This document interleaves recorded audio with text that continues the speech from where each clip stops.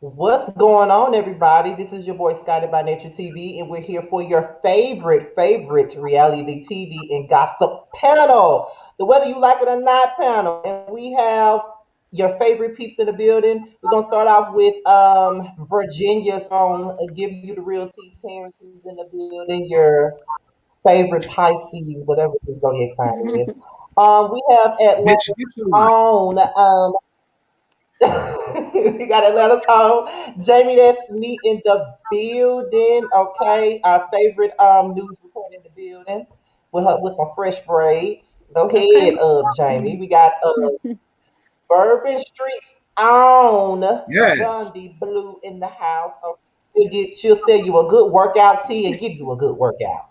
Okay, we got New York's own Alexander Rogers, the Shade King, the one who will read you the fuck down, and I don't want to be a victim of none of his reads. Shout out to Alex.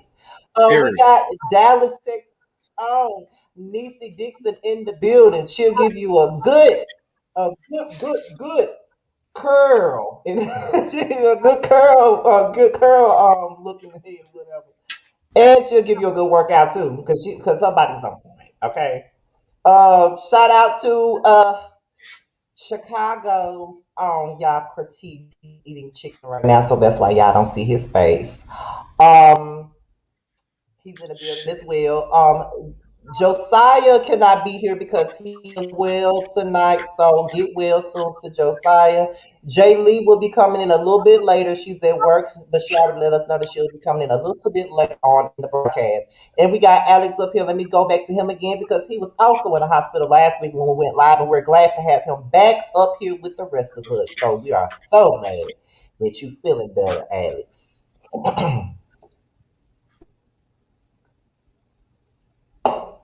So we can go into growing up hip hop today. We're gonna start off with growing up hip hop Atlanta. Um, I started off by saying that this episode was a little bit better than the first three episodes this week because we wasn't focused on Deb and Anthony and Trump, and we wasn't necessarily focused on Bow Wow and his music. But I guess we could start off with the situation with JD's daughter, and when she said that her and Ayana were not, she used a slur, a homophobic term to describe her, and she said that she didn't know that it was homophobic, and she didn't feel like she needed to apologize to Ayana, even though she was offended by it. So I think that she didn't watch Growing Up Hip Hop, so I guess we could allow Jamie, Terrence, and Bundy to start off the conversation if they want to. Go ahead and start it off. Go ahead. Can I I would, start? yeah, go ahead, boo. Go ahead. Um, as somebody that has had that word thrown at me negatively, I'ma say, yeah, I don't understand why she doesn't get that it's offensive. Like when you are in a subset group of people and y'all throw, slurs around at each other, it's different. But when somebody outside of that group decides they want to pick that up and, call you that or your girlfriend that, and you get offended and you say, hey, ooh, that was a little rough. Can we not do that? I don't understand why you can't just say, I'm sorry, my bad. I didn't realize it. Why do you have to be in a confessional like, well, I just don't feel like I should have to apologize for that? Like, Karen missed me with the bullshit. If she's your friend and she explained that something bothered her, all you have to do is apologize, bitch. But I'm gonna just say that yes, that word, I ain't gonna lie. Like at first, we used to say it all the time, okay, because it's in music and all of that, and just joking around with one another. But when people started throwing that word at me in school and shit, calling me a dyke, I was, whoo, like it definitely makes you feel some type of way. So it made me not like the little girl. I hardly even remember her name, but it really made me not like the little girl. Um, Myself personally, Mhm. um, when hold on, I'm gonna come on camera. When I saw it and I did my review, I said, I'm not gonna lie. I say, listen, you gonna have to ask the dykes and the studs and all of them and the lesbians how they feel about that. I said, now, myself personally, me personally, if a straight guy or somebody that wasn't a part of the spectrum was to throw the F bomb around or whatever around me, myself personally, would it offend me? No, but I would know how to handle you because of the fact that you could just say that willy-nilly around me and not take my feelings into accountability. You know what I mean?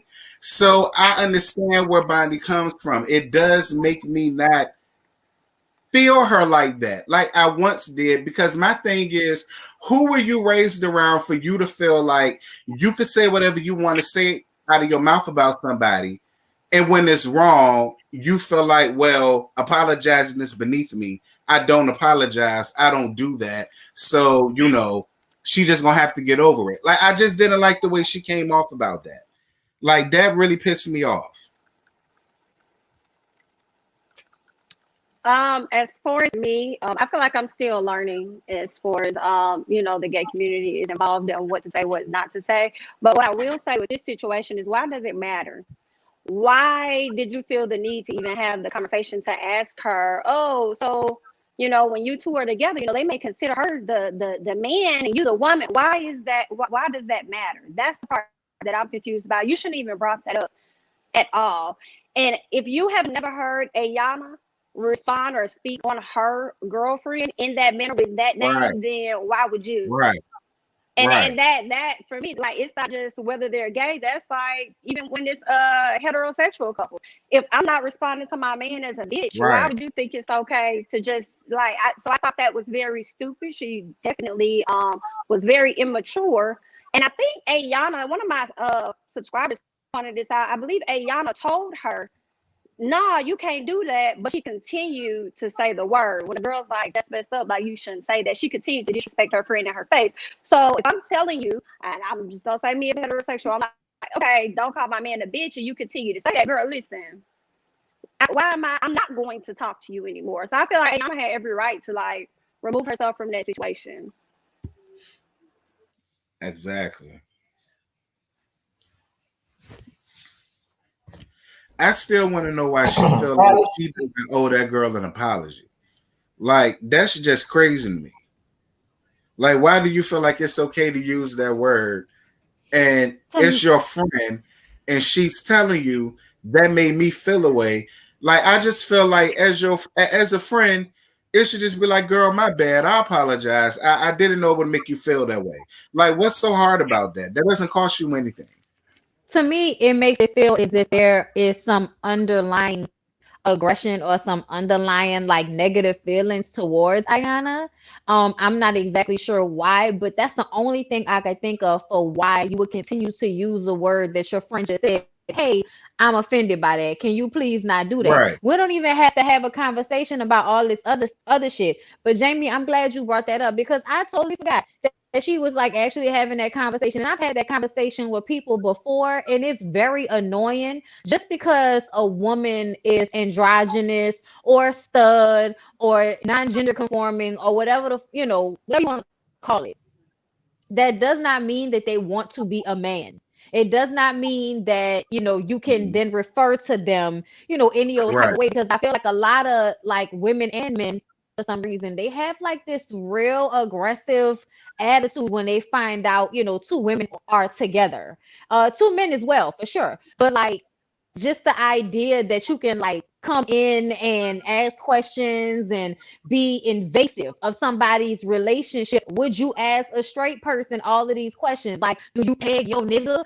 Like, you know what I'm saying? Like, it's just a lot to me that she felt the need to even go into that conversation. I'm glad you brought that up, child.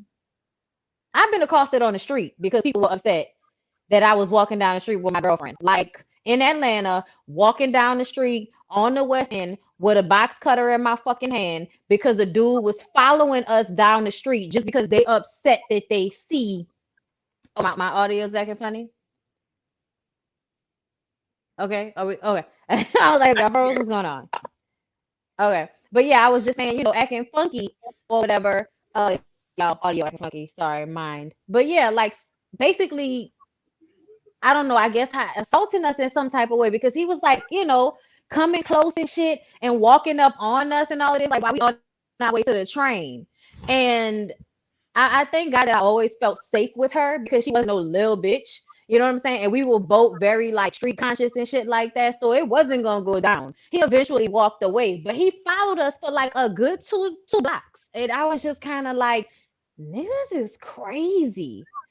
Like people do the most. I'ma just say that.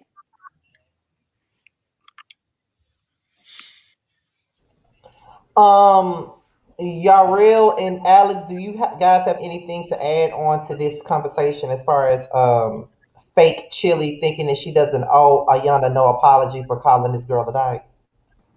I mean, you could look at her eyes and tell that, she's not all there. I mean, Jermaine Dupri raised her, so I'm not going to expect emotional intelligence from her. She wasn't taught emotional intelligence, so that would be expecting too much from someone who offers too little. I agree. Well, yeah, I agree with everything Alex just said. The only thing that I wonder about is it seems as if she has this thing where she doesn't feel that what she said was wrong. Like, because it's obvious that she offended her, but I guess maybe in her mind she didn't say nothing wrong, so she's not offering an apology. Don't really know. I just hope that she keeps that same energy because she roll up on the right one and uses that word, she might lose a frontal.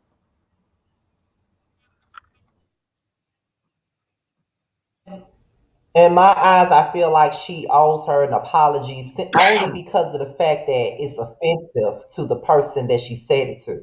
And people don't take out the time to think about what they're saying could hurt somebody else. And it may not be offensive to you per se, but it may be offensive to someone else. So in my mind, I put myself in another person's shoes. Because even though I am an openly gay man, there are still certain terms that I have to learn that's offensive to other people, my own self. Because like I said in one, I think it was my grown up hip hop review where I said that it's certain terms that I did not know that was offensive. Like I didn't know that the word queen was supposed to be a derogatory term because I've heard many gays call each other queens. Me So I never either. thought that it was a Yeah, me neither. derogatory term until that season of the Housewives of Atlanta when Fucky Dineva and Derek J were on there at the Bailey Bowl or something like that. I think this was season 6, and she called them queens. And some people in the gay community was upset because she used the term queens and felt like she was being a homophobe. But I was confused because I didn't know that that was a term that we are upset about. You know what I mean? Like I never knew that that was a bad word, so to speak. Like Because it's it's certain not. things that I'm still. I'm sorry, but I'm sorry. Some things are slurs, and I'm here for respecting a personal opinion. Like if you don't want to be called that, I will respect that. But we're not about to act like calling somebody a queen is some deep derogatory, statement. Like calm down. I feel like people started saying that in order to say when a person is doing the most, but without offending them. Like oh, you queening out. It was. I don't think it was ever meant to be offensive, but people are starting to take shit offensive that was never, intended to be. But like I said, case by case basis. But I do feel like a strong eye roll sometimes. So it One, sounds like it's one of those words like diva, I guess. Like some women don't like to be referred to as diva, but some ladies are like, I'm cool, I'm a diva. Beyonce got a whole I'm a diva song. So I mean, I guess it's kind of like that. And like well, I said, I guess it's just a preference per, person. You just gotta check in. well, let me ask y'all ladies this. How do y'all feel about the fish comment? I'm guilty of that. I've done plenty of videos where I said white fish or ghetto fish or office fish or stripper fish. I've said that. So I want to ask y'all, since we're talking about that, how do y'all feel about that word? Do y'all consider that a derogatory statement or y'all shit not fishy? So it don't phase y'all like it will phase somebody else. I still think it's derogatory, I was but at the definitely about to same ask time, that. like it's a flinch, but I also don't be like, oh fuck you, oh it ass. You know what I'm saying? I'm not about to do all that. It's not that deep. But I Mm. also don't like it because I feel like it instantly goes to this thing with people, liking to talk about women's bodies, like to Mm. refer to women's vaginas as smelling like fish and all of that Mhm. type of shit. And that goes into this whole thing about how women feel about some gay men because of the way they can come at us. And maybe they Mm. just trying to, maybe some of the women are mean and aggy Yes. towards gay men. And then I feel like some of you niggas is working out y'all mommy issues on a bitch and it ain't that deep. Mm. So it's a little bit of everything. Mm. You better tell It's it, a little bit Bonnie. You of, better tell it. You better tell it. I You mean, better tell it. I I think think Bonnie I think summed people, that up. She said, "Girl, Yeah, I think Bonnie summed that up. When I hear yeah." y'all talk about fish, I mean, to me, like if I'm watching it or I see it, it's kind of funny. I've never been called or referred to in face as fish, so I honestly don't know how I would respond to that. I may be offended because of exactly what Bonnie said as it relates Now to I females' bodies. will say, if you were at a drag show, and somebody said, "Bougie," that's a compliment because that means you're giving real woman like that is what drag queens will say to each other as well. Right, We will be like, "Oh, we right, fit." It's you giving fish, and you giving realness, right, realness. We right. believe in it. But right? then if someone Like, on the street, oh, it's it's like bitch, or yeah, I think it's or honestly, context. I've been talking It's to some women context and for they're like, sure. "No, sorry, I called you girl," and I'm like, "It's fine, honey. We're having a conversation." But some guys really take offense to being called girl. I don't care. They do. You can call me a toaster And oven Yeah, if you want. yeah, I they don't I've care. do. accidentally They said do. that so many times when talking to people, and it doesn't even have to be a gay person. It's just I don't know why I'm always girl. Like, I don't know why, but that's the word you want to use. And also, for instance, I'm not always offended by it. That's why I don't make a big deal out of it. When Funky Dineva does a video, he talks about it, but she's like, she was real fishy, bitch. Like, and he's saying she was Mhm. real feminine, and or she looked real good. Like, there is context to put with it, but I also feel like it just depends. You know what I'm saying? But like I said, that's why I don't make a big deal out of it. But Yeah, between Bondi and Alex, I think y'all summed it up. Usually, the only time I hear somebody say fish is whenever I'm like at drag or hearing somebody refer to it like that.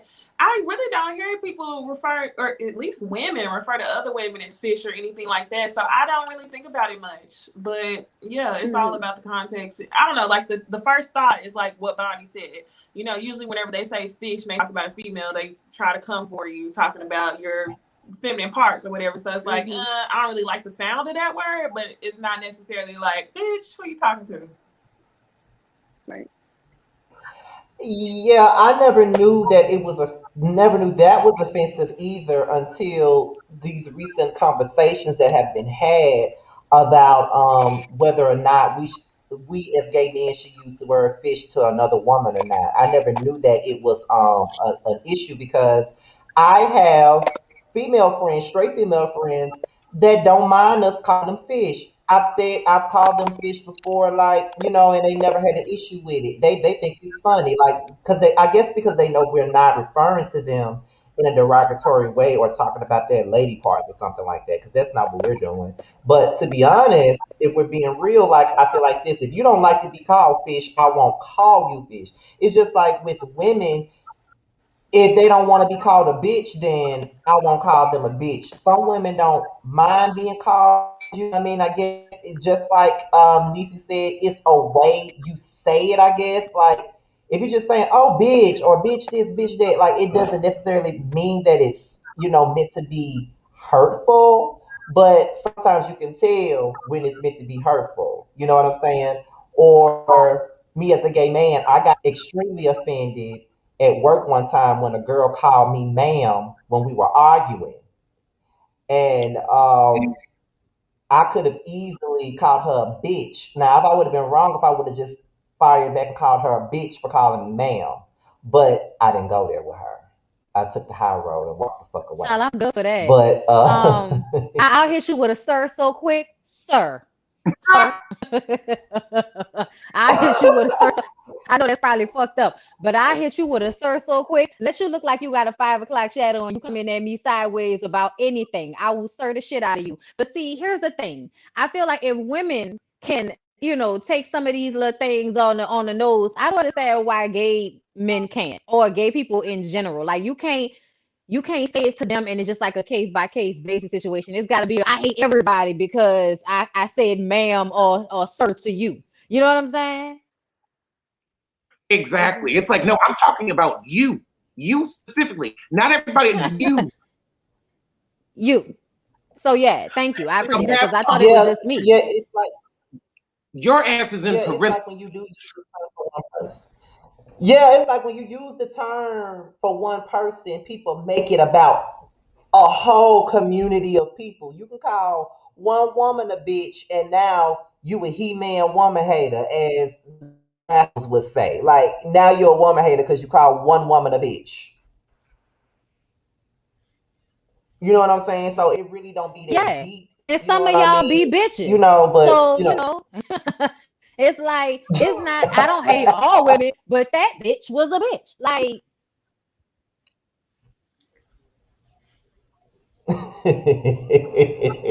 Ooh, like aggressive. Like when Wendy said, "Don't call me aggressive." You're talking about no, no, no. You were aggressive when you called Ashley a fake bitch after knowing her for 10 minutes. We're talking about you in a specific incident.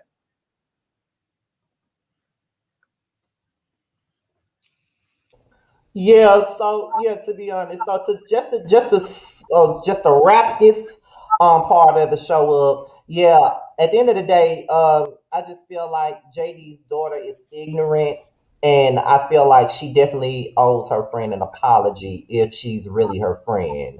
Um, I guess we could talk about Lily, her son, Diamond and Pimpin and Deb and this whole party. Now, first of all, I want to point out that Kyrie's daughter looks just like him. They're twins at this point. Like they look just alike.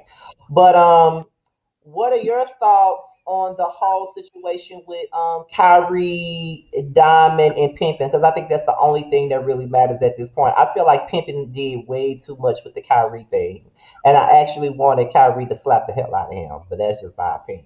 But however, I say, y'all go ahead and take the floor on, and I'm gonna go on mute and let y'all point out y'all opinions on this situation. Oh, and try not to overtalk one another. I don't want that to be a thing tonight. But go ahead, y'all. so Pippin was doing way too much. If Lily's son had punched him in the back of the head, I would have been happy with that because he was doing way too much. You are just getting back with Diamond after she just said that this was an issue for her, and you continue on with this crazy shit. Y'all just want to be in a toxic hood, Mary J. Blige, Keisha Cole ass relationship. That's what y'all want to do. You know what I'm saying? And I almost feel like she probably gonna get excited by this nigga acting a fool with Lily's son. I don't feel like Lily's son was doing the most. I just think people be fans. But I also feel like Lily's son is 29 years old, almost 30, and he was acting like a 17-year-old. So I'm gonna need him to pull his shit up. Okay, pull your skirt up, sir. You're doing too much. Um, Lily, get your son. He needs a job. Like, if he want to do music, he needs to work at the warehouse and do music on the weekends. But he don't need to be over here talking about, oh, music saved my life. Lily, you can sing. Everybody is not a rapper. Going to jail and having a hood story does not make you a rapper. So that part of the storyline is kind of like sketch to me. Like, eh. What take care of your kid. Get a job. That.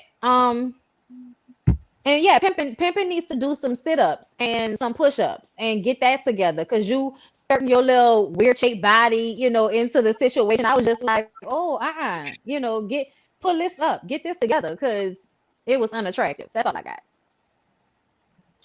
The only thing I got to say about that is Pimpin got a little ass dick. And I don't need to see him in no more G Walls no time soon. I don't want to see that FUPA. I don't want to see none of that shit. I don't want to see that no more. Two had whatchamacallit stole off on him, I wouldn't have been mad at him. Because of the fact that you not only going over there bumping that man, but then you're gonna step on this man's Timbs and feel like you don't owe him no type of apology, and then got offended that he said something to you about it. Like, bruh, what the fuck? If you step on my shoes, I'm gonna be like, bro, you get your life. Like, what the hell you got going on?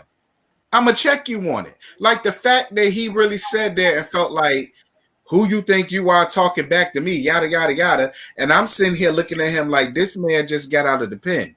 He was fighting for his virginity for Lord knows how many years. Do you really think he's scared of you? Embarrassing. No. I couldn't take Pimpin. I couldn't take Pimpin. I don't know what's going on with Lily's son, and I don't know what's going on with these irresponsible as male children. Okay, that's coming up. But as far as Pimpin, because my main issue is with him. Not only is he unattractive and his breath like this thing all the time. Diamond, this okay? Are you serious? Are you sure? Oh, okay, then, girl. And what I also don't like is the fact that he was just in Miami getting topped off, which is the reason why y'all got into the argument that y'all got into, and then you want to sit up there and watch exactly what it is that she doing. Yeah, he was doing too much, but I love the energy that Lily's son brought. Okay, did y'all see that boy did not flinch at all, but he grabbed him and pushed him to the side like, you need to get your shit together because you just stepped on my shoe? Oh, honey, I was like, you can go ahead and handle him, sir. Go ahead and handle him because he's a clown, and clearly clowns run together because the leader of the pack is Bow Wow. That's it. Listen, it's a circus. Circus. I said in my review, I got 14.1K subscribers. I would give all of them $100 right now if they really believe Bow Wow would have did anything had they got the fight. I just, the way he came off his confessionals, you know, these my people. And you know, when one of them pop off, we all pop off. I'm sitting there like, nigga. That nigga would have found a sofa to stand on. Okay, that's all he would have done. Is found a sofa in the corner to stand on so he could see what was going on, but be safely away from it. Bow Wow would have been trying to get at Diamond, because y'all know Bow Wow only likes to put his hands on women. We've never seen him approach a man. Yikes. Well, I mean, he'd have to get a step stool.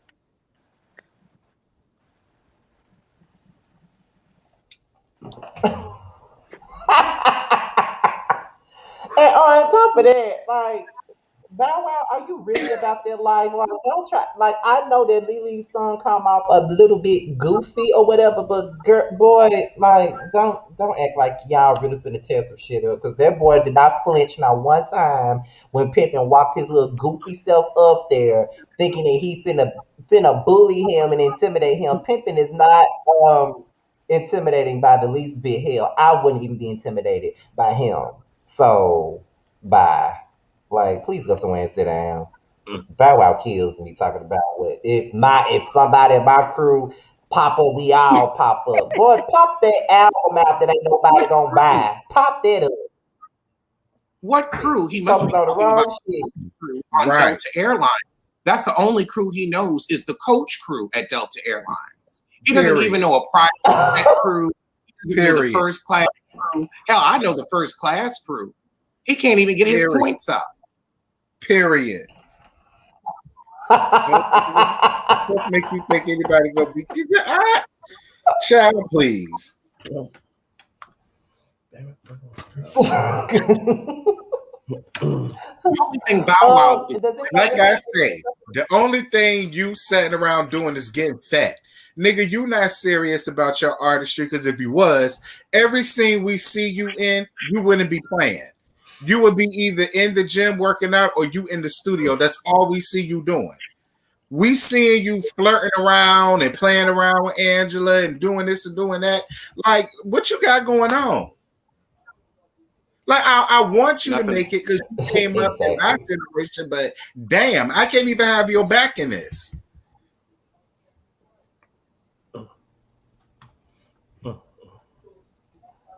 Anything else?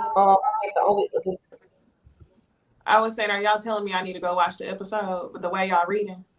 Yeah, you see, like, where you been? You ain't seen the shit yet. Okay. I mean, the only thing I'll say is, like, I was just upset with the energy that Pimpin was displaying, like, on some real shit. Like, if this was such an issue, why not talk to your girl? You know, like, inserting yourself the way that you did and trying to come at him. It's like, he don't know that y'all together, and he don't owe you nothing. Your girl owe you something. So And then Bow Wow talking about if talking about jumping somebody, like, dude, how old are you? Like, if it's a one-on-one, let them square up one model e model. That just lets me know you can't fight.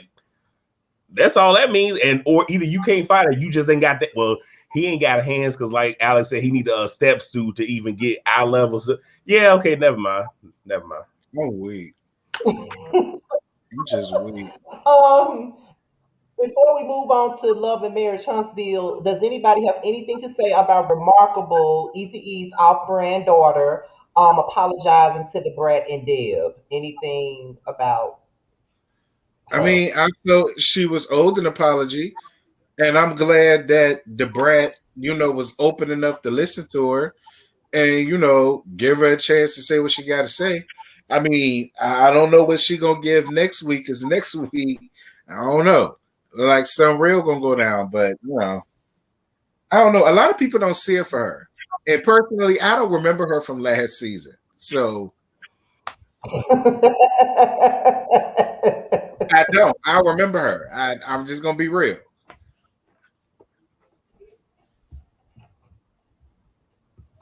Jamie, Bundy, y'all real. Alex, any remarks on this before we move on to the next show?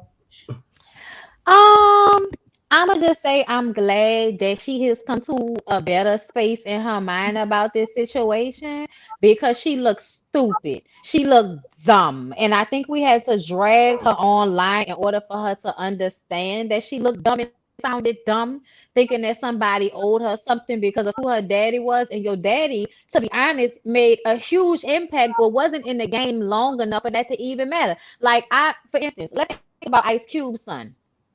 I ain't never heard Ice Cube son do nothing. Like, son just do his job and go home. Okay. They go and they audition, they get the job, they do the job. Okay. Everything isn't always relying on your parents. You know what I'm saying? So even Denzel Washington's son. Denzel Washington's son didn't want nobody to know he was Denzel's son. Wanted to go out there and get it out the mud. Okay.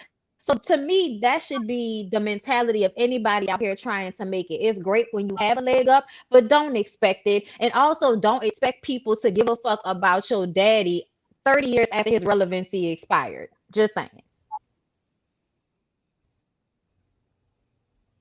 Yeah, I have that I nothing. definitely agree with that because she just thought she was supposed to get it in. Jamie said she has nothing.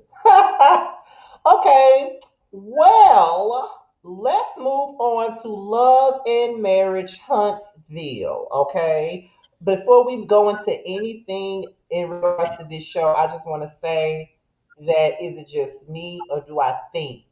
And I don't want to be because people in the comments will probably try to say that we think everybody is gay up here. But I still think that Melody's brother gives a little bit of, hey girl. I really believe that that's what he gives. I'm sorry. Child, I mean, please. he's in excellent shape. I already gave you the tea about the boy that sent me all of his damn nudes. I mean, he's we learned fine. about Melody's brother. He does look like a handsome man. But I definitely didn't think he was straight. I ain't mad at it. I want him to chest up to that old bitch ass Martell.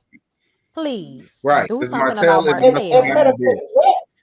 and it's no way that Martell can ever intimidate me. I'm gonna say this before we get into the conversation about what happened because I know for most of this conversation about Love and Marriage Huntsville is gonna be all about us basically dragging the shit out of Martell for most of this segment of our show. What else happened? But before we get into Yeah. right, that's what I'm saying. That's why I said before we even get into that, being that I'm someone that's practically new to the show and I'm still binge watching even as the show goes along. It's something about Marcel, however you pronounce his name. I don't like him. He comes across very condescending and he talks to his wife as if he doesn't like her or something like that. Like I don't know, maybe I don't know. Y'all been watching the show longer than me, so maybe y'all can tell me what y'all think about him per Child, se. please. But Nobody likes Marcel. Nobody likes yeah, Marcel, and half of America believes Martell about that 20 other women. Because I still feel like Marcel was out there doing the same thing Martell was doing. The only thing Martell was fucking up at was he was pillow talking these bitches and making them feel special. I felt like Marceau don't do that. Marceau take him out, do whatever he do, and then he throw him back out to wherever he got him from. That's how I feel about Marceau. For sure. I also want to say that I feel like it's not just him that's doing it too. I think all of the men, for the most part. Like to me, I feel like Martell even kind of let shit slip about LeBeric. When he was talking to Destiny, talking about this your Right, problem. What you right, mean my problem? Excuse me, this right, not about me. So to me, I feel like he let it slip right then. That LeBeric is out right. here doing him. I think all of the men with maybe Maurice isn't doing it anymore. Okay, because you have somebody that's a little bit more astute. In your girl, help me, y'all. What's the Kimmy. lady name? Kimmy, thank you. Okay, but I also feel like he's been hurt before, so there's something about Maurice that makes me feel like he may not be involved, but he Right, knows what's going right, on. But right, all them other ones, right. dogs. Bonnie, I didn't even pick up on Martell saying Oh, to this. Well, I heard him say to Disney, that's your problem right there. But I didn't think about it like that. You are exactly right. And then, Terrence, you mentioned Marceau is real slick, and I absolutely believe it. He seems like the type of man that his sex is plain as day, and he really don't care about it. Mhm. He believes that women are Yeah, inferior, that women only serve two purposes: to have kids and clean and cook and whatever. yep. So I could definitely see him cheating and literally using the side pieces just as something to lay up in and then go home. So yeah, y'all hit that right on the head. Right. Yeah, I've Marcel though he always thinks said, why he's trying to clean his image up this year, talking about if his daughters ever want to go off and be the vice president or the president, he believes that they can. No, you don't. He's trying mhm. to clean his image up. It's too late. I've always said, I ain't saying it's 20 women, but he got about 5, 6, or 7 of them. Now, I ain't saying it's 20, but he definitely doing his own damn thing. That's why he always wanted her to stay home in the first season. I never Mm-hmm. understood that. Like, why don't you want her to go out and work and make her own and you know what I'm saying, earn her own, keeping this, that, and this. You want to keep her locked away so you could do whatever the fuck you want to do. And to make sure she Mm-hmm. ain't worth nothing so she can never leave. Exactly. Mm-hmm. oh wow, yeah. And he I got agree. y'all living real regular. Say what you want about Melody, but at least they living a good life. Like, goddamn. Marceau got y'all living real regular. And you going through this bullshit? Girl, I know you lying. Right. But remember last season they said they downsized for some reason. Were their house getting built or something like that? But we ain't even That's see no what they groundbreaking or say. nothing like that. But Mm-hmm. y'all living How do they you looking downsize? And how do you downsize on your second season of a reality show when your check goes up? Right. Hey, Hey, JB. JB. Hey y'all, I'm here. I'm late, but I'm here. hey. Okay, so this is let me catch you up on where we at now, because we just got off with growing up hip hop. That was the first topic. We was on there for a good 20 minutes. You know, it wasn't long at all. And now we're on to the second topic, which is love and marriage, Huntsville. Now, I guess we could go on and start off by talking about Martell and everything that he did, 'cause that's pretty much all that we are. You know, the episode was focused on was him, his antics, and his apology tour, because that's what this was. He was going to see everybody, apologizing to everybody, telling everybody his side of the story to make himself out to be the victim, make Melody look worse off than what he looks like. So I guess we could start out by him talking to his mama about it. And like I said, again, let me reiterate that I'm pretty much new to this show. So I don't know who his mother is, but from what I saw on that particular episode, I'm here for his mama because she was not here for his BS. So I guess we could let the ladies start off on that conversation, and then me, Alex, and Terrence can continue it because I think Yarrell said he hasn't watched it yet. So Nisi, Jamie, Bundy, and Jay, y'all go ahead and talk about him and the mama's conversation. I Okay, guess so I'll start. Oh, go Oh, ahead, go go Nisi. ahead, ahead, Jamie. Jamie. Yeah. Oh, No, go ahead. Welcome. You just started. The people been waiting for you. that's right. Sorry I'm late, y'all. I was at work, got off work late, but I'm home now. For me, the episode it was good. I like Love and Marriage because different feel than everything else that we watch, with Real Housewives or whatever. Martell really is trying to paint himself as the husband who retaliated against his wife for treating him wrong. I don't think he realized he's coming off as a complete asshole.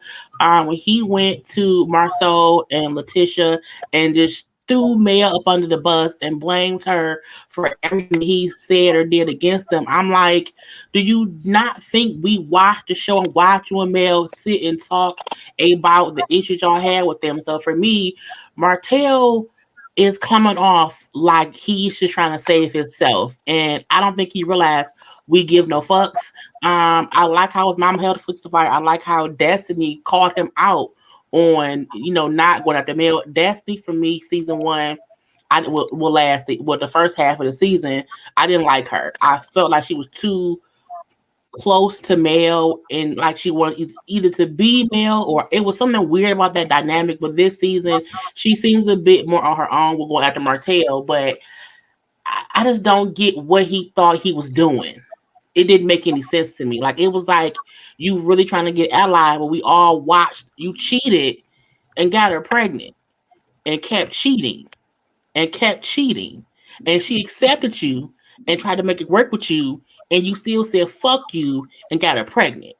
So at the end of the day, I don't care if Melanie was out here sucking dick on the streets. You did her wrong first. Anything she did after that was good to me. Yeah, I was sitting there watching Milk Dud talk to his mama, and I was like, niggas are really trifling.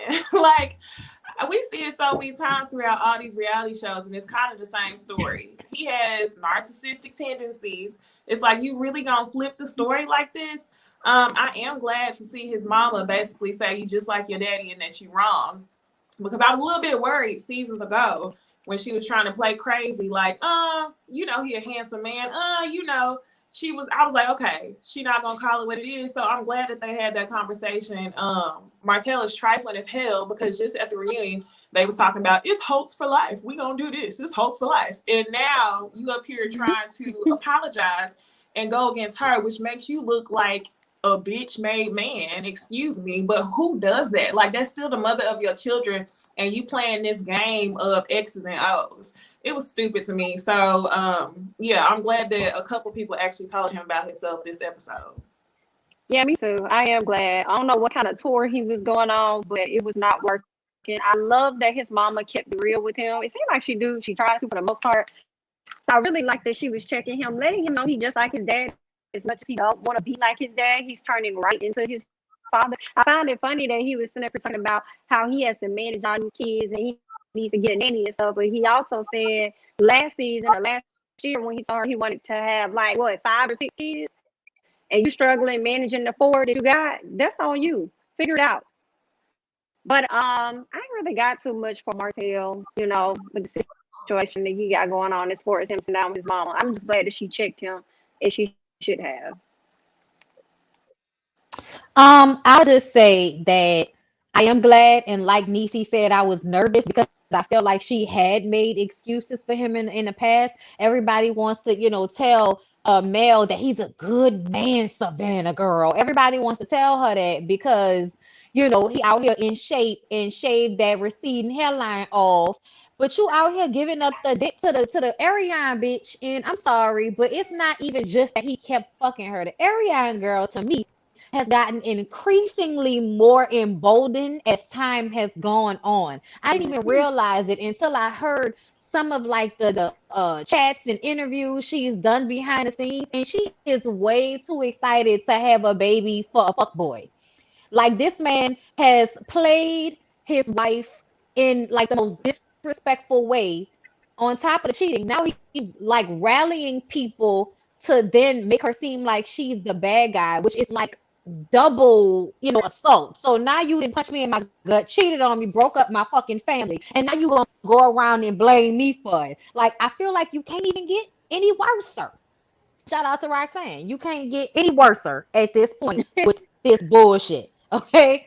So yeah, I'm glad his mama said something. Somebody need to tell him you're just like your raggedy ass daddy, your old narcissistic. I hope his dick good. Listen, I hope his dick is good. I hope that it is like out of this world. I'm looking for Stevie J level, like, beefcake. All right. Like where people are on the show every season for like 4, 5 seasons talking about how good your beefcake is.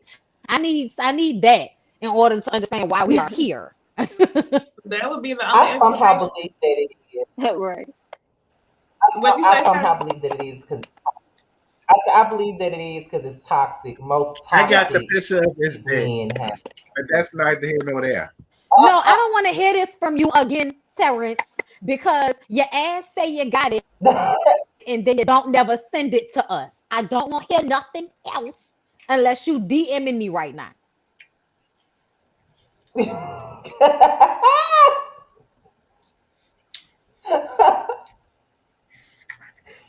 Oh, where you go, Terrence? I'm DM stuffing my body. face. No, I'm Oh, gonna do okay. that after I Well, stuff my face. mm, what you got anything to say about this conversation with Mama Holt and Martell? Any words on that? Um, no, not really, because everybody said everything I was gonna say. I'm glad that she didn't do what most mothers do, which is stick up for their children and they fuck shit. I'm glad that she remembered at the end of the day, I was a woman before I was a wife or mother or anything, and I've been through what Medley been through. You just like your daddy. I know you not shit. So you can't sit up in my face and try to make it seem like, oh, well, because she didn't do this, or if she didn't do what I wanted her to do, or if she didn't do what I tell her to do, then I was gonna go out there and go stick my dick in somebody else and make a baby by, and that's all gonna be her fault. Like I'm like I said, that man is a muscle bound bitch. I ain't got no time for him. And it didn't even seem like it phased him. Because as soon as she said, you just like your daddy, he It says, didn't. you know He I didn't am. care. You know I am. Let me be a fuck boy in peace. Let me be trifling in Yeah, peace. he didn't care. I think the bad part is not only that he cheat on Mel, like the fact that it was exposed to cheating in season 1. He then kind of like begged her to like fix it for him to then go and still cheat, and not only cheat but get her pregnant. I'm like, you was really a piece of shit. Like you could have easily just, you know what I'm saying, Mm. left Mel and been with old girl, but to want to work it out and then have another baby with your wife and then get your mistress pregnant while y'all are on a reality show. It's like, was he trying to embarrass Mel more and more and more? I don't get his reason. I get that people be unhappy and they make mistakes. I get you can fuck around and or whatever, but you knowingly was ruining your family. Like it was weird that he would admit it was wrong, but was still doing it. And I'm like, you then try to blame her. It's not her fault. Like at the end of the day, even if she wasn't the best wife and you cheated initially all them years ago, what made you beg her to stay with you and you kept doing it? That's I don't get what he thinks will save his self in our eyes. Like nothing will. Like I don't think anyone would ever like respect him. And not only that, old girl, the mistress, she even worse than him because you seen Yeah. him dog you on TV, call you a Mm-hmm. peasant. You then went and kept fucking him raw and got pregnant while he was married. While him and his wife had a new baby. Bitch, you are the worst of the worst. You Mm-hmm. knew he was married with 3 children with the wife, and because Martell is a punk ass bitch, you allow him to be your punk ass bitch. Y'all got a punk ass bitch baby. It's weird. It's like I just don't like it. It's bullshit. Yeah, and he called you a peasant, and you're excited to have his child after he called you a Yeah, but the T peasant. is this season. The T is this part of this season. He supposedly is going to start referring to her as his girlfriend. Really? And I Yeah. hope Mel bust out everyone who he have. If he called that girl his girlfriend, I was eating y'all. If he called her his girlfriend, Mel has every right to beat her ass, to beat his ass, and to be on her I hate you nigga type shit. She can dog Martell all season if he bring her around as if he didn't ruin their marriage because of that girl. Right. Because then in the episode, she says something about, I know you be having them around her. Yes. Mm-hmm. Yeah, she did it.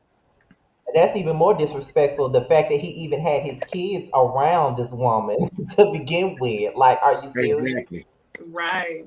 My whole mouth dropped when I And heard what are that. they doing?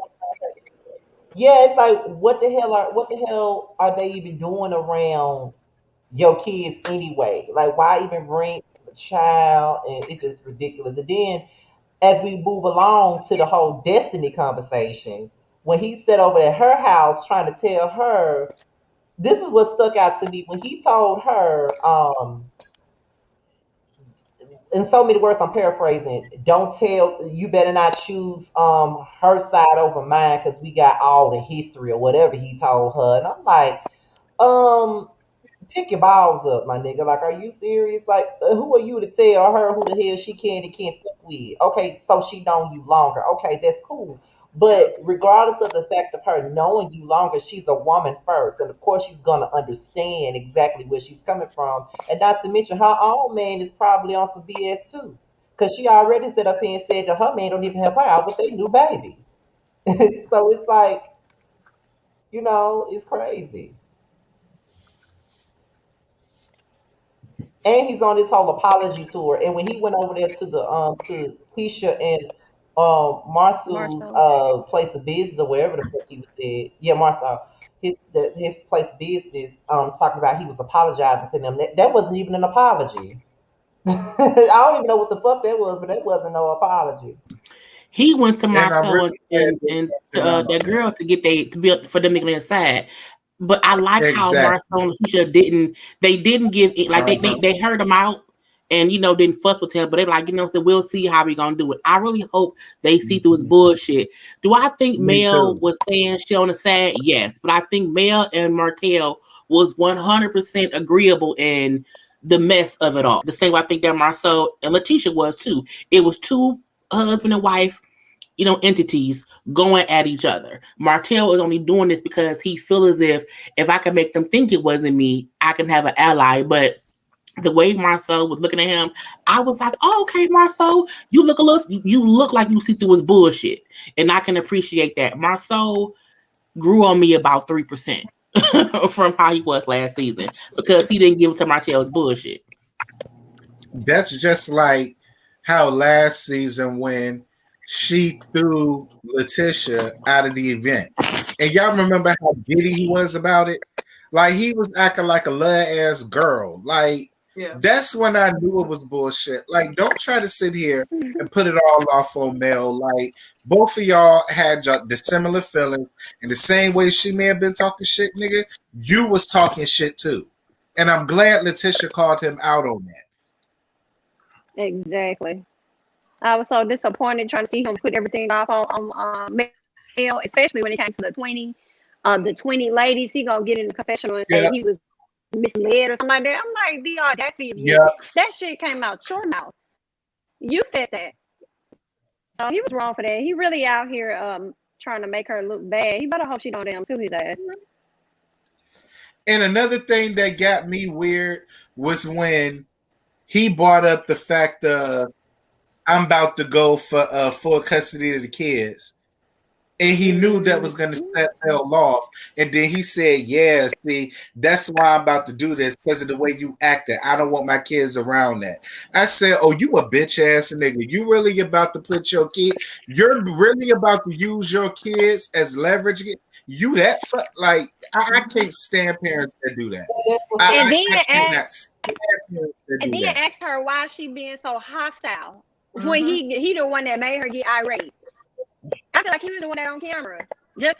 Of course they were filming, but I think he was trying to make her look a certain way on camera while they were in that scene. Right. He definitely did. Nigga, you know why. Exactly. He definitely waited until she got in front of the camera for him to tell her that he wanted full custody of the kids. for sure, because she was like, I've never heard this from you. You've never said anything. You've been texting me that you wanted to work it out. So it's like you've been doing shit to make her look stupid, like on so many different fronts. So like the energy that he is exerting to make her look bad when you've already like stamped on a bitch heart. I don't know. Like I just kind of feel like if he comes up missing, I wouldn't be upset. Right, me neither. And she basically told him that he was only doing that to try to get back at her. Like right in front of his face, she was like, you don't really want full custody. And he never was like, yeah, I do. He basically was like, well, I'm saying this because this is what I have to do to try to manipulate you.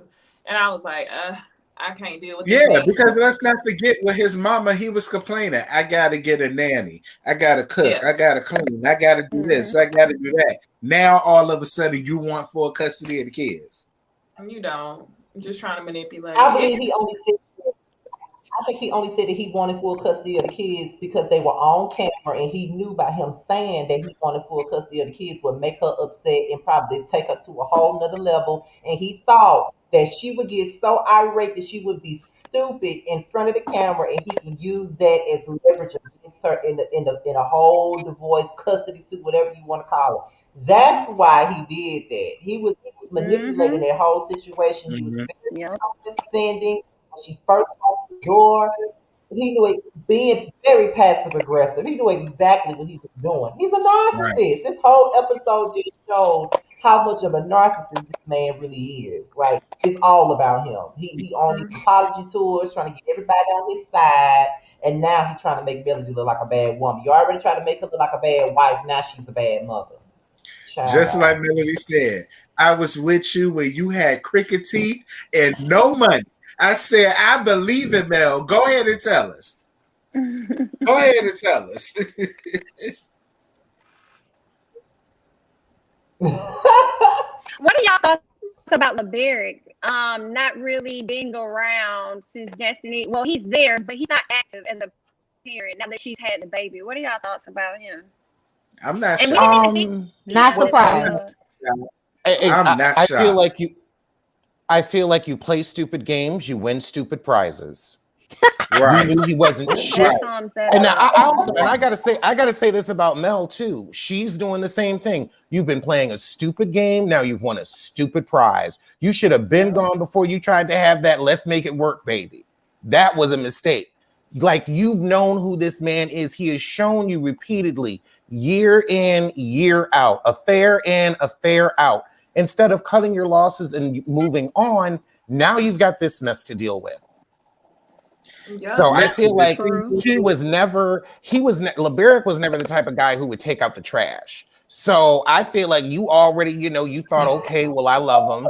And now you got to deal with this baby and your business. And he's just never going to have the emotional intelligence to even ask you what help you need. So you just need to hire some help and call it a day and tell him he needs to put in more hours. And if he doesn't like it, there are all different types of things you can put in his food to get the life insurance so that way you can afford the support that you need.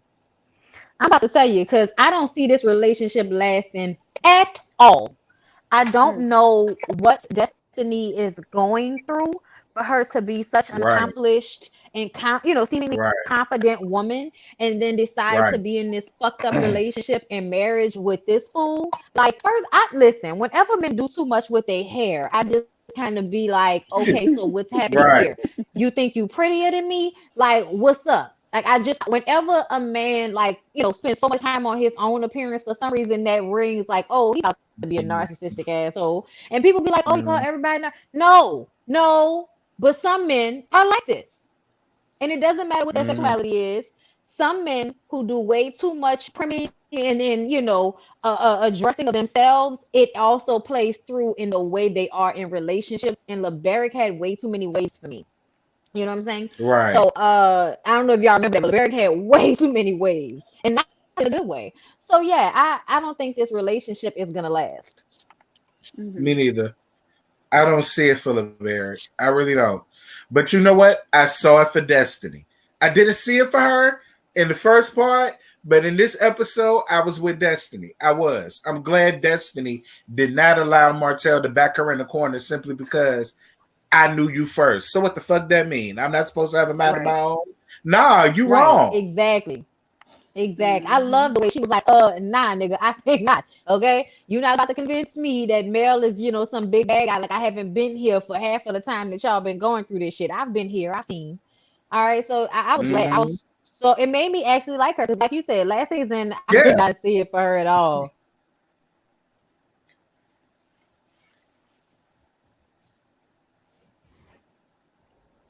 I feel Well, like let that me was just really all that say, happened. Oh, go ahead, Scotty. Sorry. well, let me just say this. Um, the only thing I have to say about LeBeric is that I don't like his name at all. That's an ugly ass name. I do not like that name. Like, I don't. But however, that's all I guess that's all we have to say about Love and Marriage of Huntsville. I guess we can go into Bill Collective. Okay. So basically, because mainly this episode was mainly about Missy Elliott, aka Marie. But before we get into her and everything that she got going on with her, let's start it off with Latrice and Cliff and how he just barged in on her business meeting with Melanie or whatever, and I just thought that was really ridiculous. Like, now she got to tell you that she's going to a business meeting. Like, are you serious? But I'm gonna let y'all start off that conversation. Go ahead. I just want him to stop showing up on every episode like he's a part of the collective. He's just a husband to her, and I just really need him to just ease it back a little bit. And I really would love to see Latrice draw a line, especially with the fact that you were the reason that you got on this show. You were the reason your business is excelling as much as it is. So I just like, girl, put him in his place and be able to kind of draw the line a little bit. And that's really all that I have. Like, I mean, if you're going to be an investor, you're a private investor, just be quiet. Like, you don't have to be involved in everything at this point because you weren't involved with everything to begin with. So I just want Cliff to, I like Cliff a little bit, but I just really, I think him being around is going to make me not like him a lot. So I'm like, just ain't nobody else husbands around like that. So he just need to just sit down for a little bit. Yeah, I feel the same way about Cliff as I feel about Peter Thomas from Atlanta. I like Peter on his own, but it's like sometimes you got to stay out of women's business. And then the other part of it for me is I'm not sure. I think it's a combination of two things. I think Cliff wants to feel like he has power over Latrice and she's gaining more, she's getting more business minded and she's more independent. I think he wants to feel like he has control over her and also control over her business. It's like you didn't even believe in her business in the first place. And now since you didn't invest it, who knows how much you want to have a say so in stuff that she been doing years before you even believed in the business that she started. So I think Cliff is just trying to have some control, but on his own, I think he's cool. Funny. I think that Cliff is finding his light. Yeah, he needs to stop the pop-ups, but I feel like on these shows, you need that one messy husband that keeps things moving along, and he is going to be that messy husband. I also feel like he'll be able to do it, and like he's going to be a little annoying, but I feel like he's going to be able to do it in a non-bitch made way. Like, I liked how he was trying to teach her how to swim, and he was like, "I made this pool 5 feet so you could get in it. Now come on." I thought that was cute. I'll take a page out of Alex's book and say that Cliff knows how to work it and be seen. Shout out to Cynthia Bailey. Y'all so silly. I feel like Cliff does what his wife allows him to do. It's like a part of me see that she likes that he is trying to be involved, even though she wants to make it seem as if she don't want him involved. She allows it to happen, like she told him what they was, and she doesn't put up much of a fuss when he's trying to be involved. So part of me feel like he's used to that being their dynamic, and that's why he does it so easily, and why she don't really complain about it too much. Like, she'll say a little bit like, I don't know, but then, she like, baby, come here. It's weird. Like, I'm like, they seem like a even matched couple, which is weird. Like I can see them like just having a good time, and she likes that he wants to just be around whenever, because she said that she had daddy issues and that's why she has a zaddy. So I feel like she is always wants him around in general. I do also see him like a few times, like he's entertained. Like every time you see him, he's looking at the camera. So I think he wants to be involved with the show. I think he likes being involved. I also think that Marie's husband and him will probably be the two main husbands that give us the drama this season. I think Marie. Yeah, because they the only two that got husbands. The other lady husband be gone for months at a time, don't Oh, he? that's true. On the boat somewhere, Yeah. banging girls on the ocean or something. And Oh, Marie not husband bad. look like he Lord, like help to us. stay in ladies' business. So I ain't gonna lie. He be banging, banging, banging. Okay, so what else is, because before we get into anything else involving Marie. Okay, so what y'all think about Tamra and her conversation with her parents as We far as don't them care. wanting her to have? We don't care. Yeah, We we don't really care. don't care. Like We do you not said care. that you was She too 40, old. you froze your eggs. You need to go on ahead and take your joke and make it a reality. Girl, go on ahead and do it by yourself, child. If you really want a Not baby, even that. My man, thing is not even her age. She's that's too the old time to to do it. that. I feel like time waits for nobody. I'm If not that's gonna what say you she's really too want old to for do, kids. go ahead and do it. My thing is she too old to be sitting around having conversation with her old ass parents Mhm. about what she doing in her life. Like Oh, you can talk to your parents about life, yes, but I'm not coming up. Y'all can't tell me at 40, and I don't believe she's 40. You can't tell me at 45, but think she's 45, what to do about dating, about kids. Because at this point, mom and daddy, I'm grown.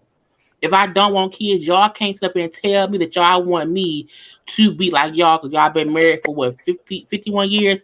She not finna look, she not gonna be 91. No, it's just not gonna, it ain't gonna happen. So I feel like that's a mute point. It's a mute story. And I'm like, we don't need it. To me, Tamra has no point on the show. Yeah. At all. Her wig is bad, her Right. makeup is bad, her fashion is bad. Like it's like you came on here and you just like That's all I no got. That's all I for it got from all. her. Was bad makeup, bad Yep. lipstick Ooh, oh choices, dear God. bad wig. bad hair. Yep. Yeah, I mean that's Yeah, just all I got from it is just yeah, bad looks. Like you giving a real Jackson T bitch. Like we need to up the melanin. We need to up the foundation color, bitch. yeah. We need to up the pigment of the lipstick. Like it's Yep. just it needs more saturation, bitch. Yep. It's real bland. She be looking casket ready. And because she be looking Yep. so casket ready, I'm like, when she said she was 40, I was like, girl, quit playing. Quit She playing. can't be 40, Nick. She That's can't be. that's what I'm saying. That's what I'm like. I'm with you, Jay Lee. I'm like, are we really gonna hold on to this storyline as if you some like 30 years old and you deciding if you or 32, do I have kids or do I choose career? It's like you are you need to be planning for retirement at this age, and we sitting here talking about Oh you being shit. career minded, career Damn. focused. Oh Shit. shit. I don't get it. The storyline is just a whole reach for me, and I just wish No. she would have went a different direction. Well, we gotta blame that man because she was with him for 17 years, according to the parents. Hey,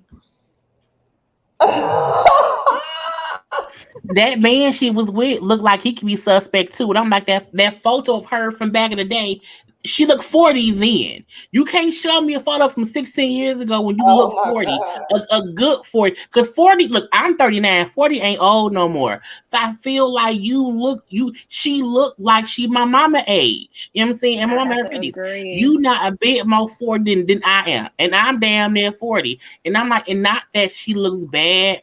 She looked good for whatever age she really is. And it's like you don't have to lie. Oh, I'm 40. You're not. Your weed may be 40. Your makeup may be 40, but you, my ma'am, are not 40. You She look need to great for the come. 55-year-old one you is.